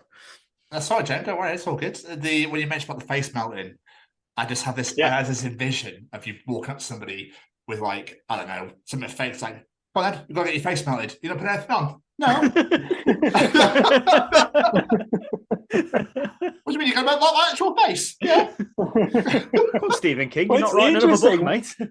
One of the first shows I did after after Killing Spree was a movie in Florida called Woodshop, and we built.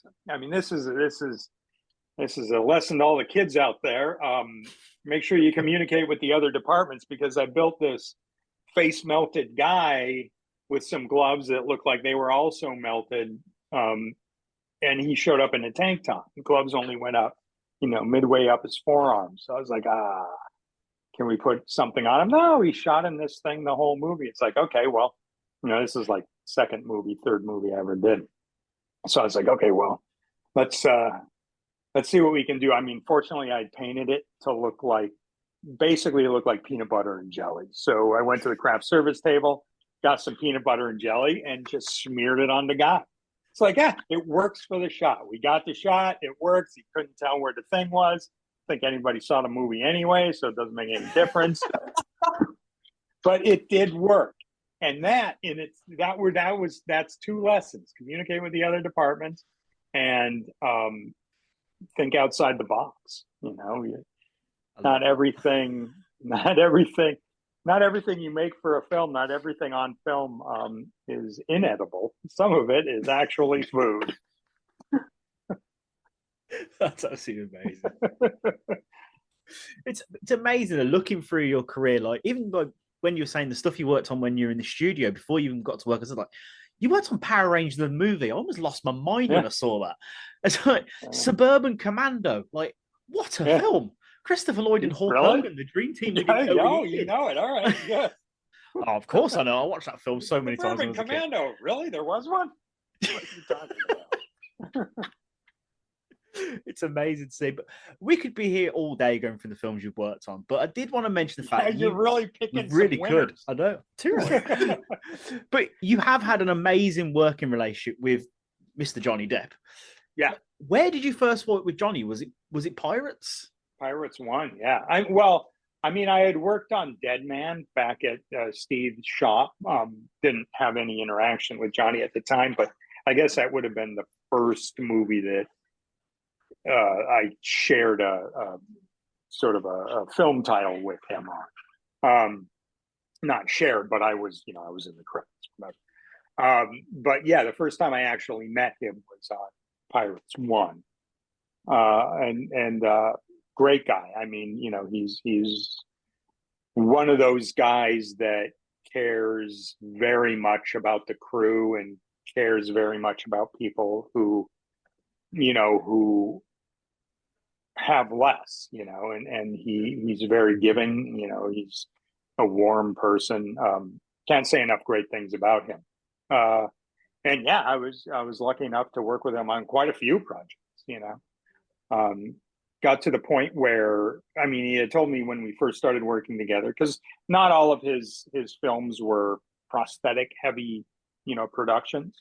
And that's, sort of what my passion is. It's creating characters, like I said. So he told me at the very beginning, he's like, if anybody ever presents a project to you, you really want to do it, just tell me and go do it, and we'll hook up on the other end of it.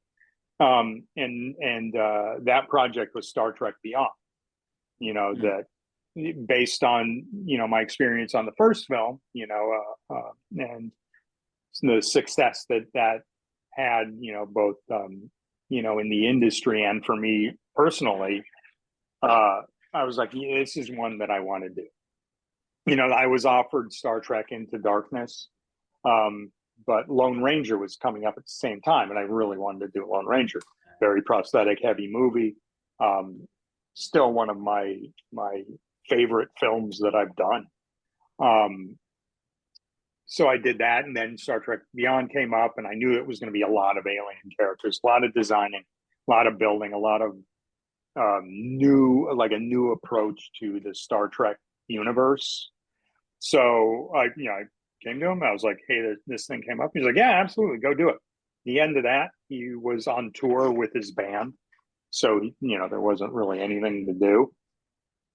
I couldn't wait around until there was. I have to keep working. You got a mortgage and all that. So, I think Logan came up after that, and I was like, go do Logan, and then Black Panther and blah blah blah, and it just sort of. I was on a project and he needed a makeup artist, so I recommended my buddy. And, he's been kind of doing Johnny's project since.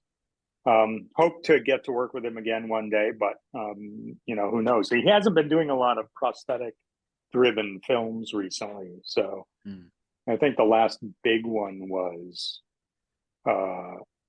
probably Black Mass. I did Black Mass where we turned him into, Whitey Bulger. But yeah, I had a great time working with him. There's one. A lot of heavy prosthetic, like Pirates certainly, and Lone Ranger, and Black Mass, and Dark Shadows, and there was a lot of like really big projects that I could sink my creative teeth into. You're gonna have to indulge me for a minute here, because there is one project with Mr. Depp I have to ask you about. And it's probably not what you expect, because I am a huge Kevin Smith fan. And I know you helped bring Gila Point to life in Tusk. What was that like working on that? It was great. Kevin Smith is awesome. He's such a cool guy. I hope to be able to work with him much more. But the only times that I have worked with him have been on Tusk and Yoga Hosers, both with Johnny playing Gila Point. It was cool. It was on the first one, and Johnny was like, I want my nose to look a little bit like a penis. Yes. So I was going to ask about this. Yes. And then he wanted moles. I was like, let's make some moles and do that. And on the day, it was like, I've got like a box of things, and we're just kind of, the penis nose, that's set in stone. And we're just kind of putting it together. I'm like, he needs bigger eyebrows. So I took a mustache, cut it in half, and stuck on his eyebrows.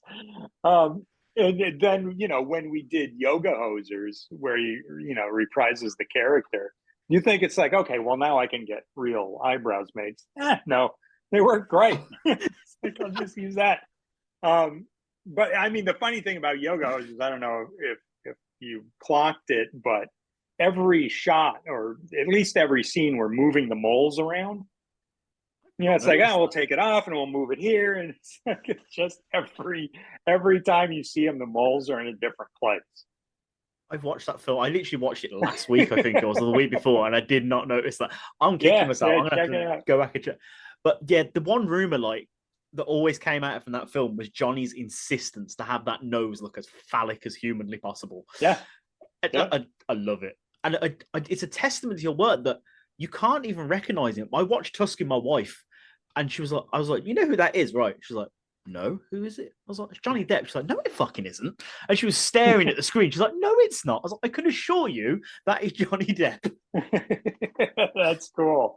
Yeah, we had something like that on Black Mass, when he would walk around, from set to trailer and all that, in Boston and Southie, and, people that had known Whitey Bulger would be like, it's like seeing him again, which is cool. They printed it in the paper. It's like, James Bulger is back in Southie, and, so that, obviously it's like, well, it's successful.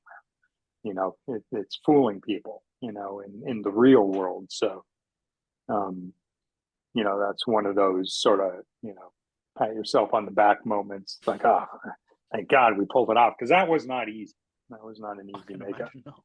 No, it's like each one of those, we had like a silicone prosthetic from right under his eyes to about midway on his head that would then blend into a wig. That front piece the hair had to be punched in it every day. It was like to get one of those pieces done, and the eyebrows were punched, the hair was punched. At the end of the day, that all goes in the garbage when you take it off. In each one of those, I think the hair punching took 18 hours, something like that. And by the time they greenlit the look, we're like 3 days away from shooting. So we could not afford to have one misfired piece. We had to use everything that came out of the mold. That's unheard of, because you don't get a perfect run every time. As a matter of fact, rarely do you. But we had to make it work, and fortunately we made it through, but a lot of hours and a lot of stress, but yeah, it was good. That is mental. Just going back to the Lone Ranger really quickly. It was almost dropped, wasn't it?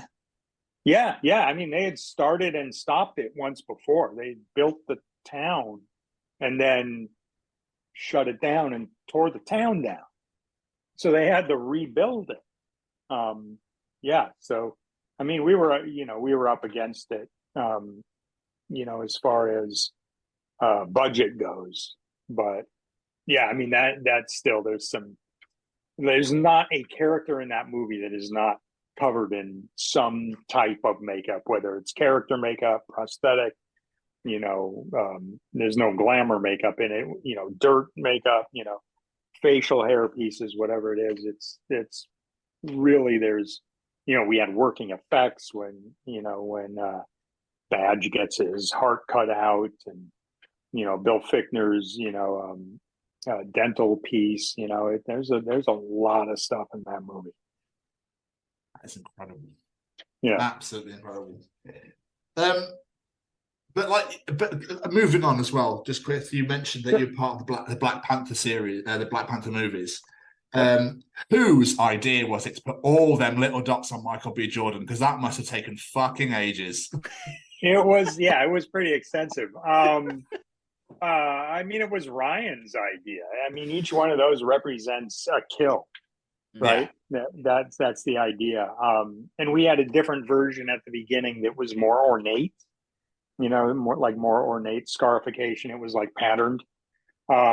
We had tested on Michael, but Ryan felt that it shouldn't be that. It should be, almost like hash marks, on a wall or something in a notebook or whatever. But I mean, it was a lot of plotting, to figure that out. We had a body cast and, plot out sections, and then, you sculpt them. Nowadays, we would just grow them in the computer. I'd use one of these guys and print them out, in sheets, mold those and then use those as your transfer pieces. But yeah, it was extensive. And then, of course, he's fighting, in them, and he's fighting in the water. There's a lot of abrading that's going on, and it's in Atlanta in the middle of summer, which is extremely hot and extremely humid. So it's, once you get the makeup done in the morning, you spend hours and hours getting it ready. Your day is just beginning at that point, because now you've got to maintain it. So by the end of the day, you're just, and then it took forever to get these things off. We had to take him into a sauna, and there's like 5 guys scrubbing him in a sauna, to get these, these prosthetics off him. Insane. Because I imagine weather plays a massive part as well. And it's obviously your surroundings, everything like that as well, obviously with heat, whether it be water, etc. So, I mean, fair play to Joel, because my patience, I don't have a lot of it. So to do what you do, I would last about 2 seconds.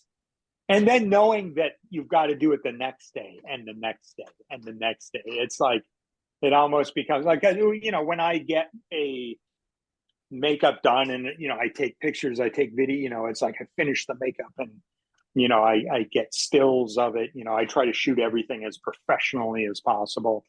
Once I'm done, it's like, okay, I did it.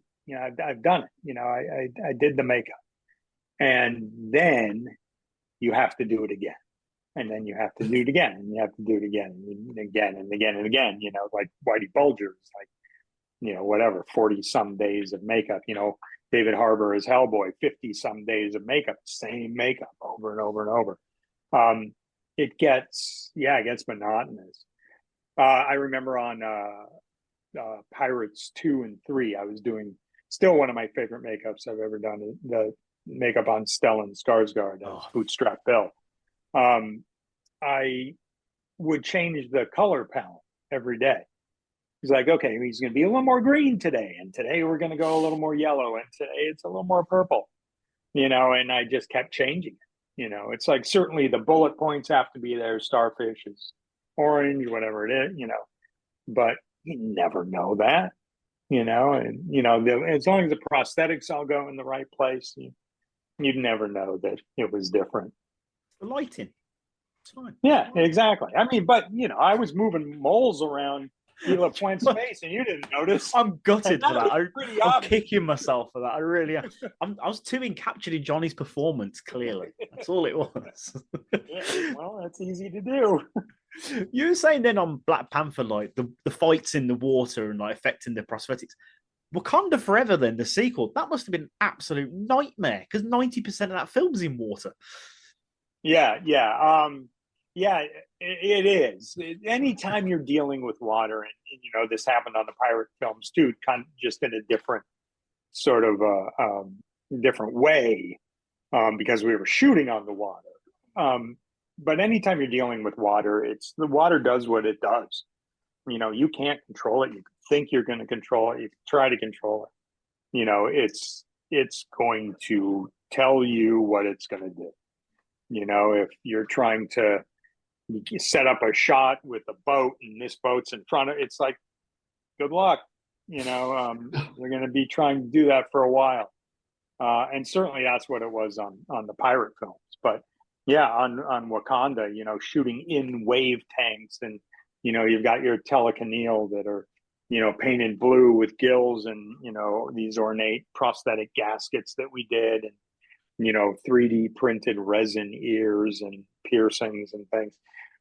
And so you're losing pieces all the time, and then you got to go in the water and go get them, or go in the water with a duplicate and fix it, because there was such a short amount of post time by the time we finished that movie that I was trying to get as much done in camera, so our VFX producer didn't pull all his hair out, trying to clean up little lines of blue that have rubbed off. But sometimes you can't avoid it. You got these stunt people up 15 feet in the air. You just can't get to them. Just tell script supervisor, hey, that's going to need cleanup. If you see it, report it to the script supervisor so it's in the notes. You've won some amazing awards over the years, including, of course, as we mentioned in the intro, the Academy Award for your work on Star Trek. Going into that project, was there like an additional bit of pressure when it comes, because you're redesigning like classic characters, you're redesigning the Romulans, it's a classic Star Trek character. Was there pressure behind that, or was it just another day at the office? Well, I mean, not so much for the Romulans, but designing and sculpting Spock's ears, there's pressure involved. Yeah, there wasn't external pressure, there was just internal pressure. Having been a fan of Star Trek, and now, working with Leonard Nimoy and him giving me notes on what the ears should be, and a little bit in and, a little bit forward, and, so they don't look like elf ears. Who knows those ears better than him? So, I would take his notes and I would add the age into them, bring them back, we'd mold them, bring them back, apply them, you'd make more notes. I think I did 5 versions, happy to do all of them, because I knew that this is a look that we want to get right, and fortunately, I think we did. He was happy, so I know we did. But that was like, there's generations that love that character, and, you sort of take all that on yourself. You don't want to let them down. Yeah, I go you, mate. I love that. I love the fact that I wasn't concerned about redesigning this major character, but getting a pair of ears right. Ooh. Yeah. Well, yeah. I mean, because the Romulans, certainly the Romulans. It was funny actually, doing the test makeup for those, because JJ said right off the start of the build that he didn't want to do foreheads. He'd seen a lot of bad foreheads. Like, okay, let's figure out how we're going to do what we're going to do, and I was like, I'm going to do a forehead. I'm just going to do it differently. I'm going to do a different approach to this. It's going to be silicone, not going to blend where you think a forehead would blend, which is sort of right in the crow's feet area. It's going to blend down onto the cheek. So you're not going to be looking for an edge there. Punched eyebrows, so it looks like you're looking at skin. And we did that, and showed it to JJ, and he was like, "It's fantastic. What am I looking at?" I'm like, "Well, it's a forehead, but it's this and this and that." And he was like, "This is it. This is the look for the character, for this group of Romulans." And it's a great look. They look phenomenal. They really did. I loved the redesign in that movie. It's a great film. It was fun, and working with Eric Bana was a blast. Yeah, I was gonna say, because he's a comedian. Eric Bana's a comedian. He's a great action star, but he's also a very funny guy. So working with him, I had a lot of fun. I think I'd just be asking him questions about Chopper all day if I was in the room with him, to be honest. But not only did you redesign the Romulans, you redesigned Hellboy as well. That must have been quite, because that Ron Perlman movie was huge. They were loved. But was there pressure in that because you're going in, you're redesigning this character? Hell yeah. Yeah. I mean, there's still pressure in there. Still, now it's done. Yeah, exactly. I mean, I love the Guillermo del Toro Hellboy. I love the look of it. It's very stylized, and it feels like you're watching a comic book. And I love that. I didn't want to try to compete with that when we were doing ours. So, I pitched him being sort of a more grounded reality kind of character, with facial hair, like stubble. There's a couple of scenes where he's got stubble and he's dirtier, he's got scars, he's got hair on his chest, on his arms, just bringing, weird skin tags, that kind of thing. Bringing that sort of real world aspect into it is how I thought I would set us apart from, the brilliant work that had been done before. But yeah, it was a blast. I love Mike Mignola's, character, and I got to know him on that film, so that was a plus. But yeah, creating Hellboy was very stressful because everybody wanted, as did I, the third Ron Perlman Hellboy, third Guillermo movie. I wanted that too, but that wasn't going to happen. So what am I going to say? No. It's like, all right, well, it's like I'd love to eat filet mignon every day, but there's no more filet mignon, so let's try pizza. Not that I'm equating our work to a pizza, but you know what I'm saying? It's like it's still dinner. It's just a different dinner. And pizza can be delicious. Oh hell yeah! Pizza is absolutely unbelievable. It talks about obviously the Toxic Avenger 2 and all the movies, the killing spree he did at the beginning, and obviously and then you on to Star Trek and Black Panther and whatnot. Technology obviously has advanced like tenfold over the past few years and whatnot. I mean, has it made your job easier, or does it now give you that word to be like, I can do pretty much anything I want? Yeah, no, it's done both. I mean, it's really opened up possibilities and made the job, I don't know if I'd say easier, but just more possibilities of approach. Yeah, I think digital printing, like for example, on the first Black Panther, we did Denai's head stencil. She's got a Denai's got plays Okoye, has a tattoo on her head, shaved head tattoo.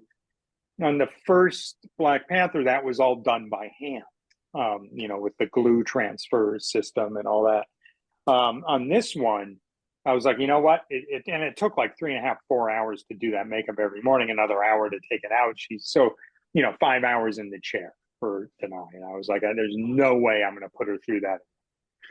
This time we got a scan of her head, a color scan from the first movie. So we took all that information, extrapolated that, and did a series of stencils. So what that allowed me to do was just overlap the stencils and airbrush the tattoo on. So got the timing down to about 45 minutes application all in, and then removal was like 10 minutes. And she didn't have to shave down to her scalp, so you didn't have like razor burn or ingrown hair, anything like that. That can be extremely painful. She could leave a little bit of stubble because you never read it. It's not like we were putting glue on her head, which you would read. We were just airbrushing over it, and it worked out great. I bet she loved you. So happy. Yeah, she was very happy. I love it. You mentioned it briefly earlier, and I don't think we can talk to you about your career without mentioning Star Trek Beyond. 56 alien designs. Yeah. That is insanity. As someone that loves character design like yourself, was this exciting, or was this, holy shit, I have to design 56 aliens? No, it was very exciting. It's like, certainly we had our main alien characters, and then we knew we had to design some background characters because there were big sequences. And it got to the point where we were just coming up with cool designs. We'd present them, and Justin Lin, who directed, would be like, yes, let's do that. Let's do this. That this guy can be here, this guy can go there. And by the end, we used all the designs. And I remember we were up in Vancouver, which is where we were shooting. And my wife came to me and she was like, you realize you've got 49 aliens in this movie. And this comes out on the 50th anniversary of Star Trek. It's like, it would be a great talking point if you had 50 aliens. I was like, oh, we got to get 50 aliens. So, we made another alien, so we got 50, and then we just kept needing more, and I always travel with a lab. I've got a studio with me wherever I go because I want to put as much into a movie as possible. So if there's time, I'll just keep building things, production value, whatever, more characters, different characters, and try to get them into a project. So that one, yeah, we were lucky. We had the time and the opportunity to keep throwing more characters into it. Not that you see them, like all 56 of them ever that closely. You see a bunch of them, but not all of them. So then, there was a book that came out. Fortunately, a book that came out. Titan Books did a volume on all the characters we did and the designs and all that, which is fun. Yeah. And the designs, they're stunning. There's two that have always standed out to me when I watched that film after it came out of the cinema. I was like, Jesus, they looked amazing. And that's, is it Syl? When the back of the head opens up?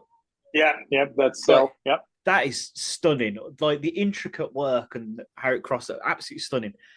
And the one that got me was Crawl, because if it wasn't for the voice, you would have no idea who is under that makeup.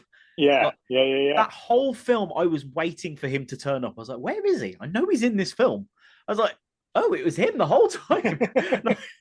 It's amazing. He's sort of starting to get more human. It's like, wait a minute. In the last version, you can see him in there. But yeah, the beginning, it's like, there's no way. I had absolutely no idea it was him. It is absolutely amazing.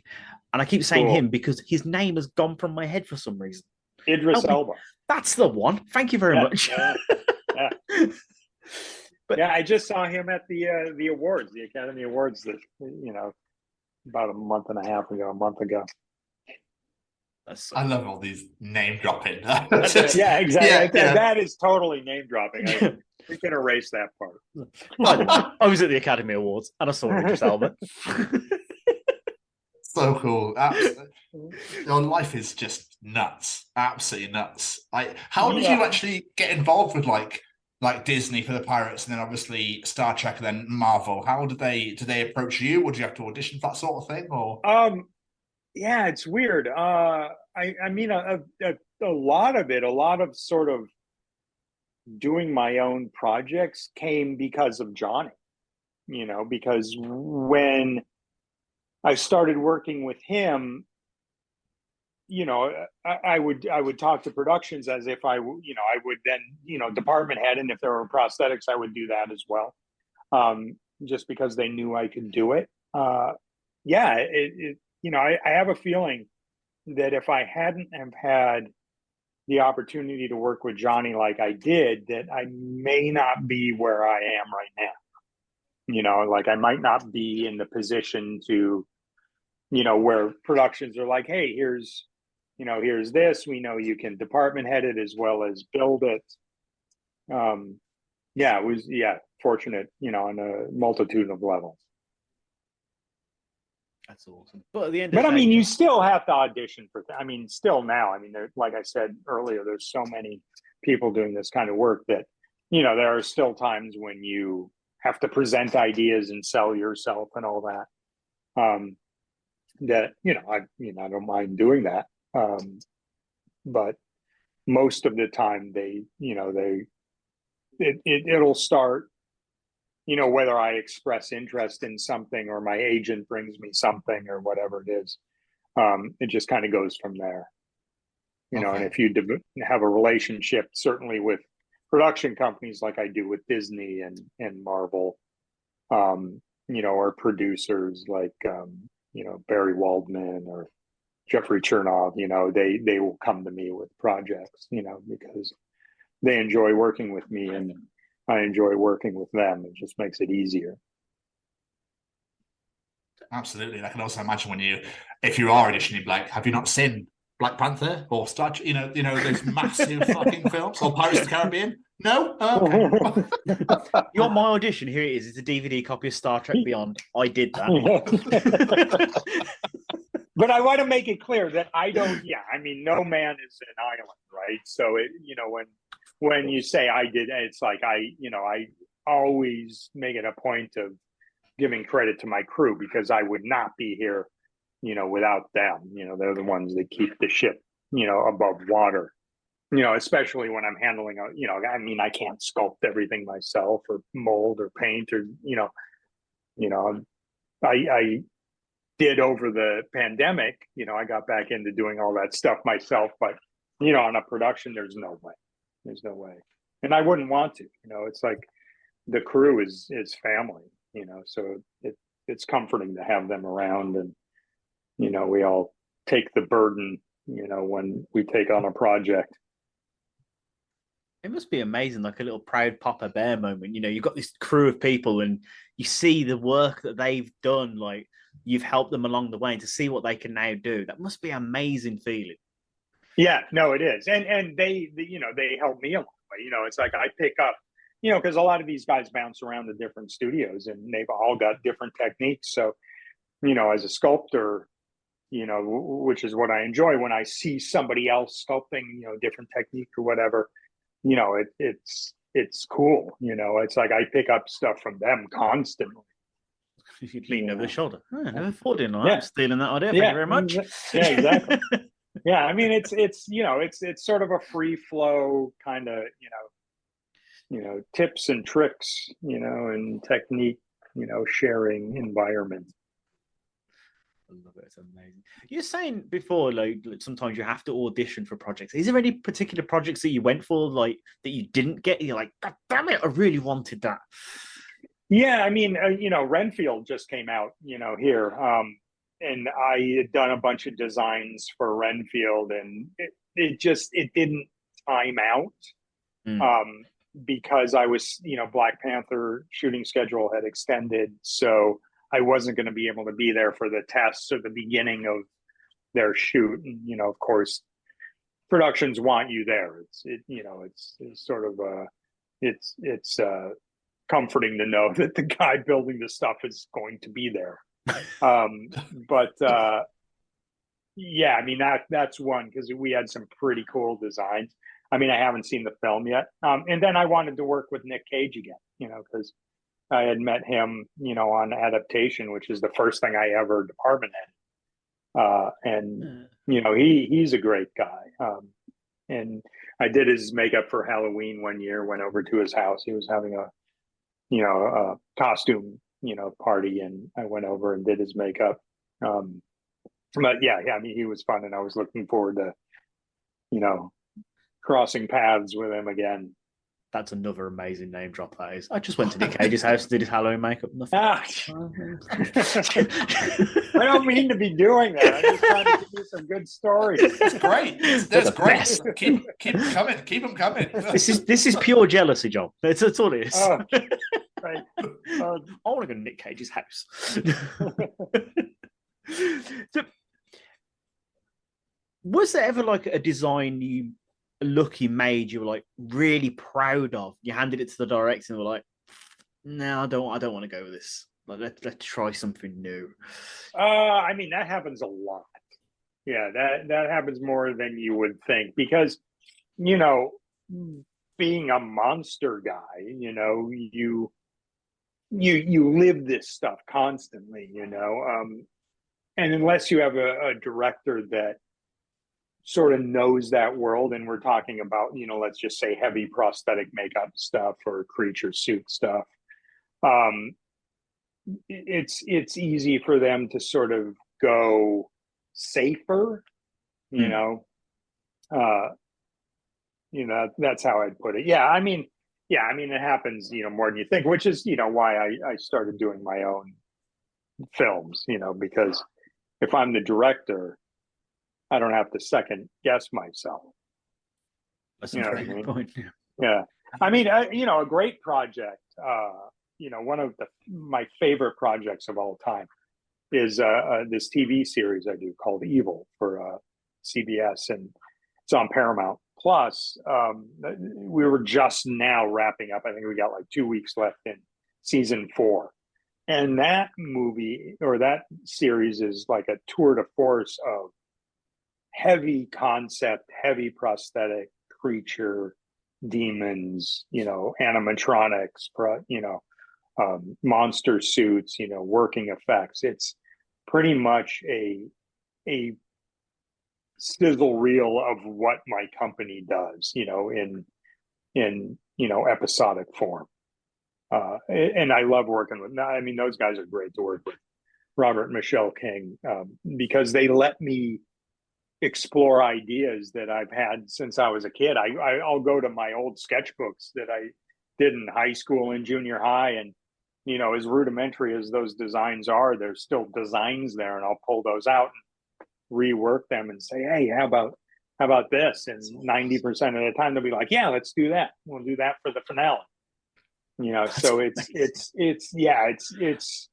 a creative smorgasbord for me.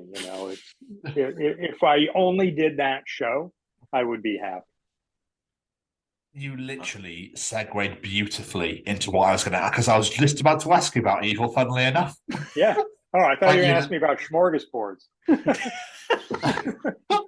that's next. No, Great one. As I say, because you've delved into the director, producer, writer type role, obviously with Old Time Radio, the horror anthology, and with Evil. So, what made you want to dip your toe? Well, I mean, I haven't directed anything for Evil, or I've just created characters for it. But yeah, the Old Time Radios. Yeah, the Old Time Radio stuff is those are my projects. But I mean, I think it all goes back to creating characters. Like we were talking about in the beginning, it all goes back to creating something that you want to see. That I always wanted. And the Old Time Radio shorts are, sort of a throwback, a nod to like the AIP pictures, Vincent Price and, in, the Haunted Palace, that kind of stuff. It's horror. It's palatable horror for the family. You know what I mean? It's not, it's not gore, it's not torture porn, it's not any of that kind of stuff. It's, it's fun characters, it's creepy magazine. It's like the Warren publications or Tales from the Crypt, that kind of stuff. Where there's an innocence to it, a tongue-in-cheek to it.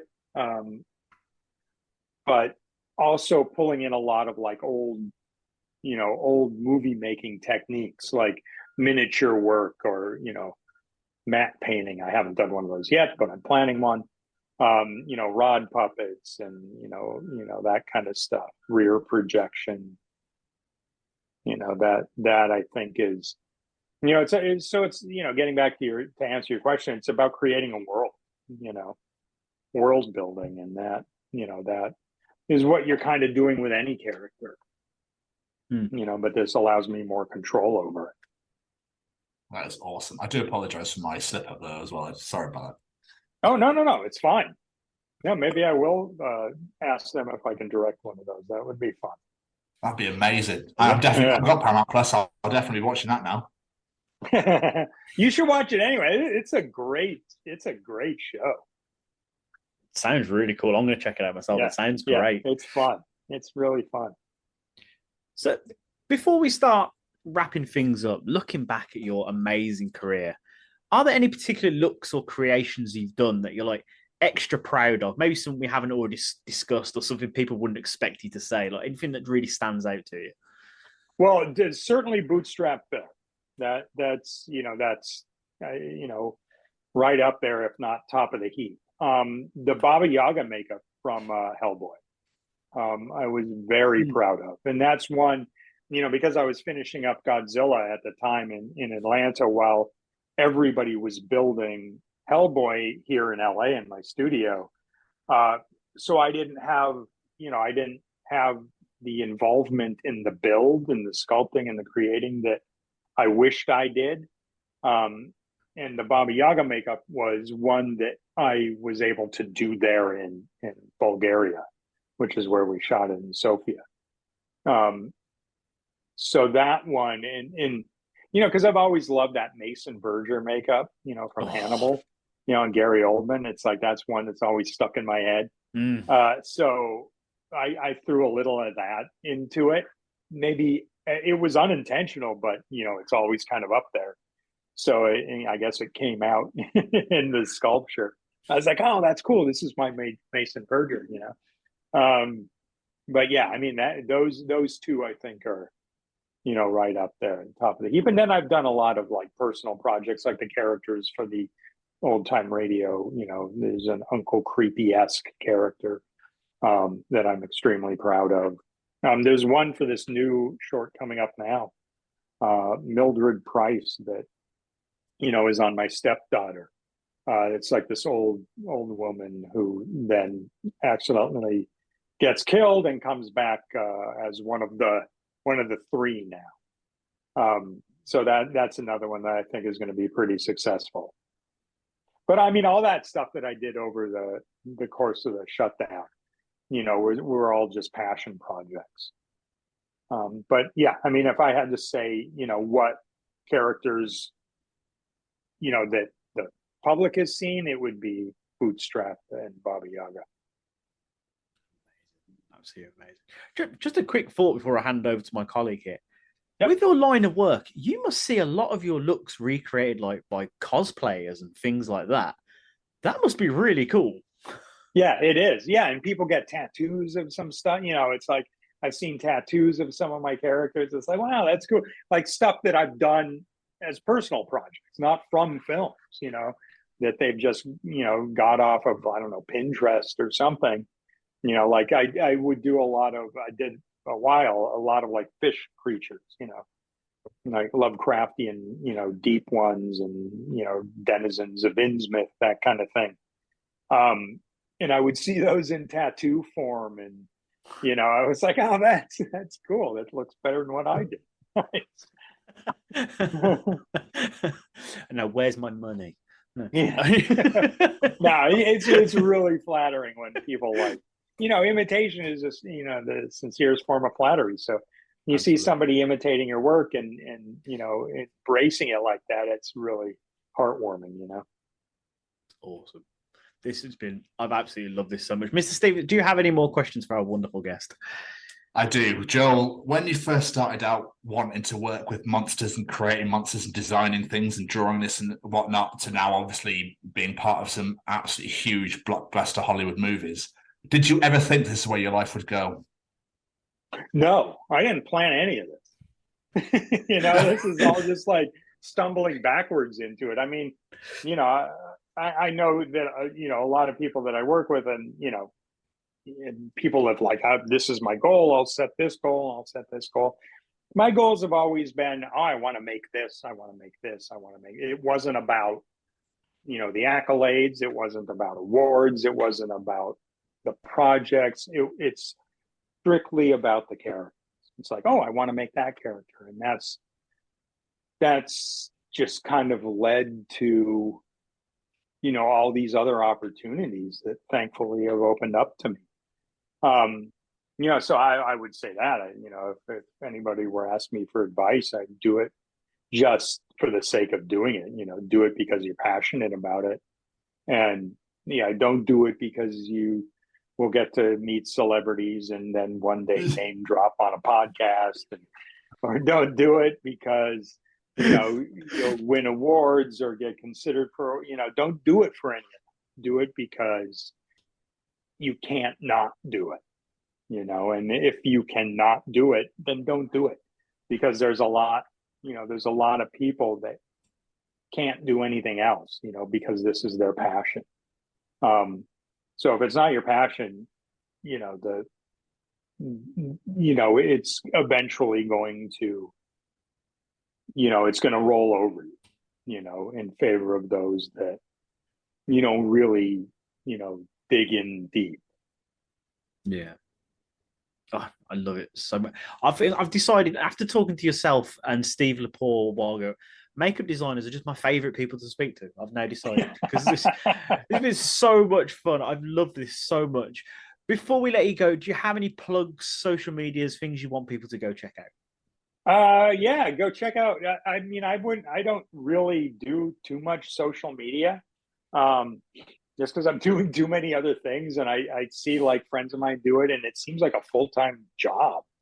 But I do have a guy that runs we just, maybe over the past few months, have an Instagram handle, and we put up videos, and I'll share stuff to him and he puts it up, but I don't manage it. So it's not like a direct line to me. But morphology dot effects, one of those. I'll look it up, because I know collecting followers is a big deal, isn't it? Apparently so. That's unfortunately this day and age. Yeah. Morphology.fx. There we are. And there's some fun stuff on there. I'll go back through my archives and send him pictures, time lapses and stuff like that, and he'll put it up there. But yeah, not to say that I don't enjoy seeing people's work. I think that Instagram is great and I've gotten designers off of there.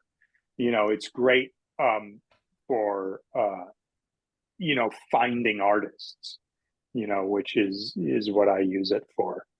And seeing it's, in the days now where, there really are no portfolios anymore. Nobody comes to a shop with a, physical portfolio like they did when I was starting out. Instagram, social media, that's your portfolio. ArtStation or whatever, it's like your portfolio is online. And that, there was a great, couple of great magazines, Makeup Artist Magazine, Prosthetics Magazine, no longer in physical publication. And, you can't, and that's what I would, I was friends with the owners of both of those. So I would send pictures and my latest work would be featured in those magazines from time to time. Now there's no venue like that. There's no outlet like that other than morphology.fx. I love it. I was going to encourage people to check out your website because there's some amazing pictures. Oh, yeah. All your designs my and stuff over the years. Oh, it's phenomenal. I had so much fun just scrolling through, looking at stuff on there. Oh, thank you. Absolutely amazing. Joel, this has been so much fun. I've absolutely loved this. Thank you so much for coming on. It means the absolute world. Yeah, my pleasure. Joel, this has been absolutely amazing, my friend. Thank you so much for taking the time out. I know it's been a bit of a struggle, My but pleasure. thoroughly enjoyed, and we'll have to do it again sometime in the future. Absolutely. Yeah, no, and sorry, it's been like, hey, can we reschedule? I appreciate you sticking with me. Hopefully, though, you have an earlier night now, right? Yeah. I said that to my wife. I was like, I quite like an earlier interview. I actually have a bit of There you go. This is great. So it all worked out. You were doing us a favour at the end of the day, Joel. That's how. Yeah, I was trying. I'm a giver. Oh, Joel, it's been so much fun. Thank you so much. My pleasure. Thanks, guys. Have a great day. Look after yourself, Joel. We'll speak to you soon. Okay, take care. Bye-bye. Bye. What a phenomenal interview. I loved this one so much. And I'm still kicking myself now that I never noticed that in Yoga Hosers. I need to go back and watch it again. It was a great interview. Joel, thank you so much again. Like, we just absolutely loved it. And just like picking your brains and learning how you did this, that, and the other. It was just amazing. And we're really looking forward to having you back on the show again in the future. We have to do a part 2. This can't be left. It cannot be left where it is. But we really hope that you guys enjoyed listening to it as much as we did recording it. It's about getting into schools and talking to young people because, I know that people can change. And it's about talking to people and getting them to understand and perhaps step back from violence and prejudice and whatever. And we just need to work together and keep on the good fight there. Absolutely.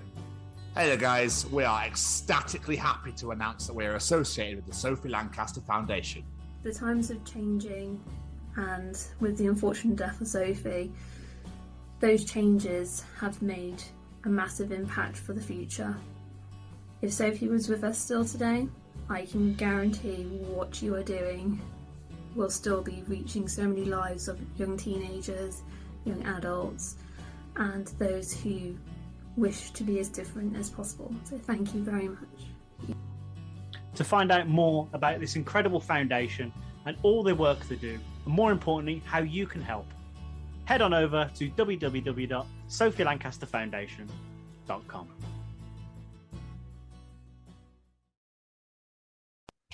Mr. Stevens. Dum dum. Jamie, what the fuck do you want? Dum dum. So it's participation time. Participate, bitch. Ladies and gentlemen, it's time to participate in Jamie's participation challenge. This week, I said, following a recent discussion on the show, there's one thing that we need to know. What is your favourite topping / filling to have on a humble jacket / baked potato? What say you, Mr. Stevens? What was the slash again? Topping or filling? Sometimes. What was that? What was that slash? Oh, just feeling it. I was just feeling it. God, I love jacket potatoes. Get a slash in there, yeah. Slash the potato to get your fillings in there. I truly feel that I make some of the best jacket potatoes ever, and that's just my opinion. And everyone that's had my jacket potatoes goes, "Oh my god, how the fuck do you make these?" So my filling of choice that I love is chicken tikka sandwich filler. Okay, like it. With cheese on top, if you fancy it. It's great with both. So with or without, shall I say? Do you warm the sandwich filler up? Just out of interest. No. I was just thinking, you've got hot potato with cold topping. Yeah, so Matt Robertson fucking hates it. But elite. It does sound good. I had I jacket will make potato it for you one day. So I had jacket potato with sandwich filler last week because after we had that original conversation, I was like, sandwich filler and jacket potato, that's a good idea, that is. So I had chicken and bacon sandwich filler, and it works. It's good. It's very good. Although when I told my dad about it, he thought I was on about that sandwich paste you'd be able to get in those tiny jars. Like, what if on a sandwich, let alone a jacket potato? Who fucking buys that anymore? Apparently his wife does. Why? Why would you want? Why does someone look at that and go, God, do you know what? I really fancy beef, but I want it in paste form. Like, no thanks. It's the just look at all the little bubbles in there. More. Oh, salmon's gorgeous, but why would you want something so broken down that it's just like, well, that was it. I'd rather just eat the beef. Or just eat the cow. Yeah, what the fuck is that? Why did it broken down into paste form? It sounds so wrong. I bet it's like beak and hoof. So it's probably beak, hoof, nail, and the quibbly wobbly thing. I can't remember what it's fucking called. That bit at the top of the chicken. And the little quibbly wobbly bit at the bottom as well. Quibbly wobbly bit. Chicken base.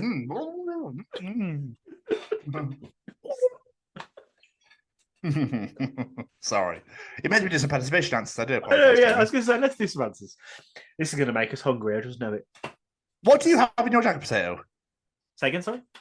What do you have in yours? Normally, I just have cheese and beans, to be honest. That's just the regular go-to.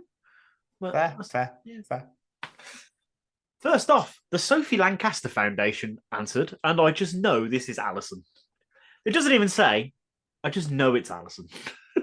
Langley Farm cottage cheese with chives and a shed load of spring onions. Oh, lovely, darling. It does sound very potion, very tasty. I love eating cottage cheese out of the tub. I've never got on with cottage cheese. It's great. Yeah, fuck off with your pineapple cottage cheese. I like in the bin, but the rest of it's stunning. Yeah, never gone with it. Claire Jones says, that's weird timing because I just had cheese and bean jacket potato. But my favourite is red onion, raw, with grated cheese, in mayo, with garlic chicken and mushrooms. Oh. I just got in my head now, cheese and denim. Cheese and jeans. Just Levi's in there. Fuck it. Old American feel to it. American taste. All of a sudden, you start listening to Luke Combs all the time. What the fuck's wrong with me? What's going on? Sunday morning. Sorry, carry on. Gemma Williams, probably considered a boring / obvious choice, but I do love a simple beans and cheese topping with a bit of salad cream for dipping. You were with me, and I'm torn on this salad cream for dipping option.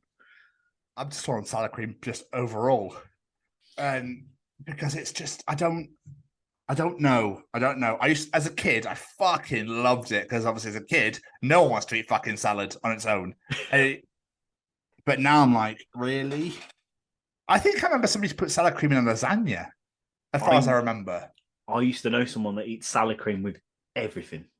Like every meal, roast dinner, put salad cream with it. No. And this isn't a child. This is a fully grown man.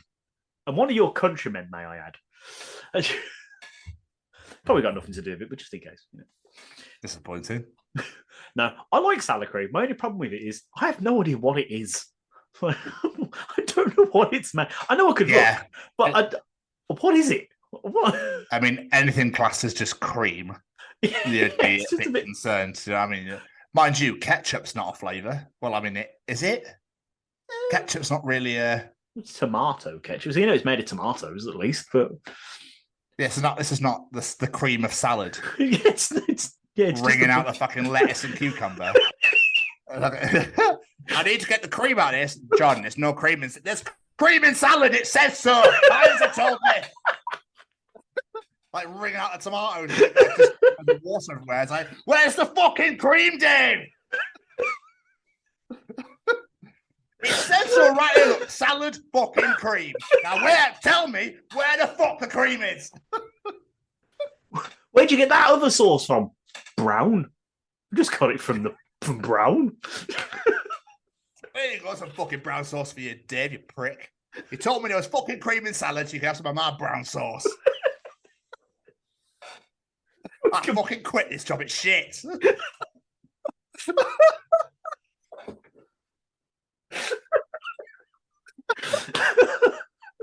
Oh, sorry. Oh, I've got Panther tonight, tell you. Jesus Christ. I don't know what's wrong with me. Completely hijacked our own segment. I love it. Oh, Lisa Clemens, sour cream, bacon bits, and cheese. That sounds amazing. Get it in my face. That sounds good. I like the idea of that one. Alan Carr, a fuckload of cheese. Fair. That's how you measure cheese. A fuckload. Love it. But how much exactly is the fuckload? Well, like is it just the block? Keep going. Like block 2, keep going. I think a fuckload is when you think you've got enough, add another handful. Yeah. 100%. Sorry, David, carry on. Becky Westwood, cheese, egg mayo and cheese, chili and cheese, more cheese, a tower of cheese. You get the point. Yeah. Chili and cheese sounds great. Chili and cheese does sound good. I've had chili and cheese? More than likely. Ollie Nightingale, tuna and sweet chili sauce. Oh, that sounds amazing as well. That's your voice then. You got so excited then. Oh, I did. Sorry. It's because I haven't had any yet, so I'm a bit like, that's some food in me. Because I ate a tuna, cheese, and barbecue chicken panini toasted yesterday, and with Nando sauce, and I literally ejaculated everywhere. It was great. I literally stuck Harris to the wall like Spider-Man. That's literally what happened. It was unbelievable. Sorry. You know, when food is, you're not sure if it's going to taste great or not. You're like, I don't know about this. Oh, yeah. Cheese and barbecue chicken, and then I was like, oh my fuck. Poor Gareth. Dick was up, away we go.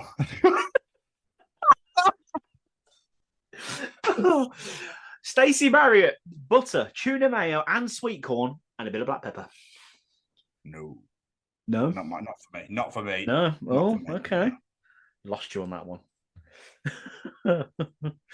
Joe Smith, proper butter, beans and cheese, and then a big old dollop of sour cream dip, sour chive dip, rather. What exactly is proper butter? I'm assuming not margarine. Yeah, pretty much. Not soft spread. Stuff you can't put in the fridge, because if you put it in the fridge, it's classified as a dangerous weapon. Because it's just that fucking hard. Oh, okay. Yeah. Emily Stevens, Maisie always has beans and tuna mixed in together. That's my niece. I was going to say, is this your niece? Yeah, it is. Yeah, I was quite shocked, but then again, she's part of the Stevens clan, so even though she's a bull, but still, it's like, yeah, that kind of makes sense because we just eat anything. I was going to say, Uncle Tom needs an intervention. Tuna and beans mixed together. That don't sound right.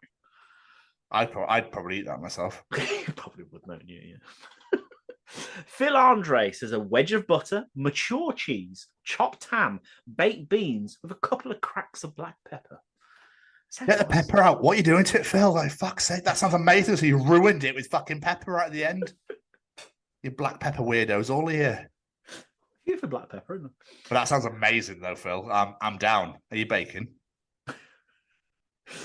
Shelley Harris, I can't read.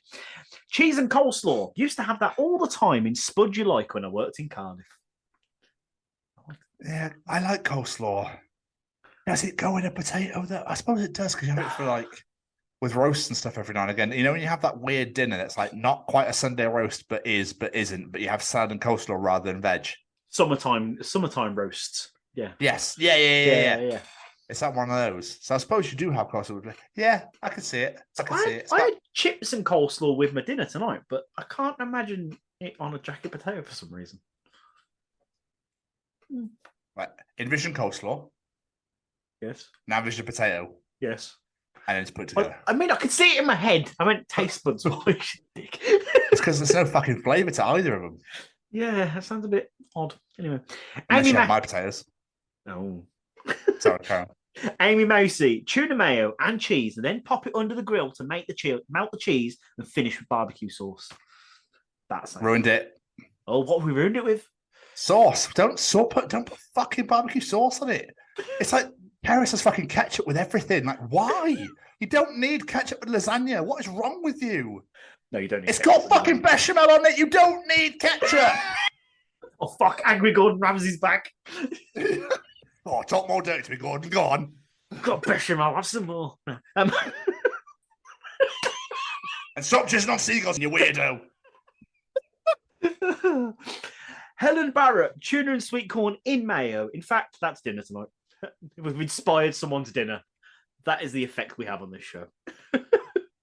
I'll give you two more. Hannah Jones, the only answer is beans and cheese. Any order, any glow-ups, but beans and cheese is the only acceptable jacket potato topping. That's strong words. It's very strong words. I'll fight you, Jones. Definitely chicken tikka fillet. And last but not least, because for some reason this answer really made me laugh. It's Matt Rose.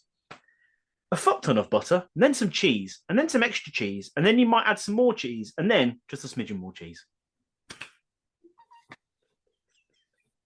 I'd really like cheese on their jacket potatoes. It seems to be the standard. Dad's. You like your what? I like my dad's answer. Oh, I can see your dad's. Another potato. For sake. Oh, that must have been put after I collated my answers. I didn't see that. I got loads more on there. That's why I was quite shocked. I was a bit like, it's got to be my dad, surely. But no, I didn't see that one. I do Never apologize. mind. That Never is a mind. It's all fantastic. good. If I'd seen that, that would have ended it because that is fantastic. It was great. Sorry, Matt. I want me to shit at your answer. Jamie Picture last, and that's fair. That's fair. But thank you so much to everybody that participated in the participation questions, the participation challenge. Sorry, I am losing my mind today. If you enjoy Jamie's participation challenge, Tom's journal, Callum's Treachings, the absolute garbage we talk at the beginning and the interview, then you enjoy the other 83 editions of Chronicles of Podcast. Where I've got hiccups. I don't know. I'm so sorry. I am fucking falling apart. It's all the Gordon Ramsay stuff from earlier. Breaking me. Then you enjoy the other 83 editions of Chronicles of Podcast, wherever you get your podcast from, whether it be Google, Spotify, Apple, etc., etc. I think some radio places that do it as well. You can also find us on YouTube at the Chronicles of Podcast. We want to say a massive, massive thank you for getting us over 200 subscribers today. Like, it means the world to us. This was recorded on Tuesday, the 2nd of May, and we hit 200 subscribers. So thank you so much to everyone that's been subscribing. It really means the world to us. Can you get us to 1,000 now, please? You can find us on YouTube. Please hit that subscribe button, like I just said. Hit the bell to get notified whenever new videos are released. And comment away. You can find all of our hashtag WBW Way Back Wednesdays on there. You can find all of our interviews are on there. All of our shows are on there. All of our Bloodstock interviews are on there. Our Bloodstock vlog is on there. And our Dublin Crust vlog is on there. So please go and enjoy all of those little mothers. We'd really appreciate it. You can also find us on Facebook at the Chronicles of Podcast. Make sure you hit the like button and you share it absolutely everywhere. Thinking about it, Jamie, where else could you find us? Watching Star Trek Beyond and thinking, how the hell did he come up with a design for all of these aliens? And also on the Twitter at TCO Pod. And then while you're watching Star Trek Beyond, wondering how you made all of those aliens and looking at our Twitter, where else could you find us? And cheese on your potato and going, is this a fuck ton, or do I need a bit more to make it a fuck ton? Absolutely. Or on the Instagram at TCO Pod. We're also on the TikTok at TCO Pod. Make sure you go watch Jamie's Chesney Hawks video and all of the amazing clips that are on there, because there's some really funny moments. It's almost like a diary. I love it. It's just great. I love the little captions at the bottom. You can also find us on LinkedIn at the Chronicles of Podcast. Please come connect with us on there. We'd really appreciate it, trying to get this shit off the ground. And you can come to our beautifully brand spankingly sexy and wonderful little website at www.thechroniclesofpodcast.com. You can find out all about us on there. You can find all of our affiliations and sponsors on there, and all of our episodes are on there as well. Plus our shop. Come and buy some merch. It would mean the absolute world. And then we can start upgrading the show and putting some more live events on, which is what we're looking to do again towards the end of the year.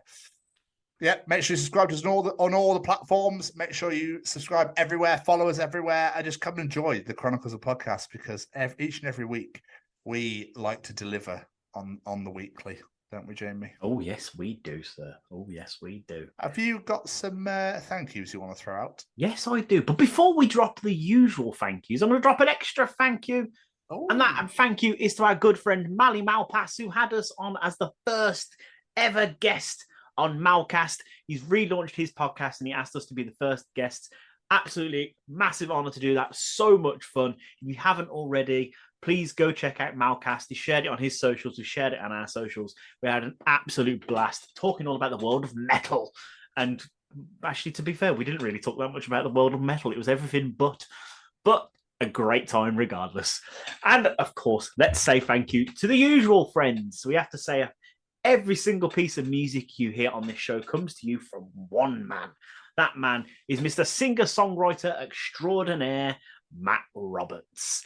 Go check out Matt on all the social medias at Matt Roberts Music. Go follow him on Spotify. Go follow him on YouTube. And go subscribe to his podcast, The Songwriter Sessions, his first episode out with Johnny Payne. Go listen to that right now. Learn about songwriting with our favourite singer-songwriter extraordinaire. Absolutely amazing. So happy for you, Matt. And of course, go check out Matt's music. He released a brand new album, Light of Day. It is absolutely superb. Could you expect any less from Matt? So please go check out everything the man is getting up to. And talk about busy singer-songwriters. We need to say massive thank you to Braden Barry and his Stay Cozy Clothing. Head on over to www.staycozyclothing.com. Add one of all 30 designs of those mugs to your basket. Add one of all those beautiful new hoodie designs to your basket. Whatever you like the look of, add it to your basket, basically. You will not regret it because you will stay cozy. Whether it be one of those new designs, whether it be like that t-shirt that Tom's wearing, that hat that Tom's wearing, add them to your basket. And of course, add that discount code, The Chronicles, and get yourself 10% off your order. A little thank you from Mr. Barry and ourselves to you. And of course, as we discussed last week, because we're going to promote it because it's incredible, go check out Braden's album, Beneath the Roses. It's phenomenal.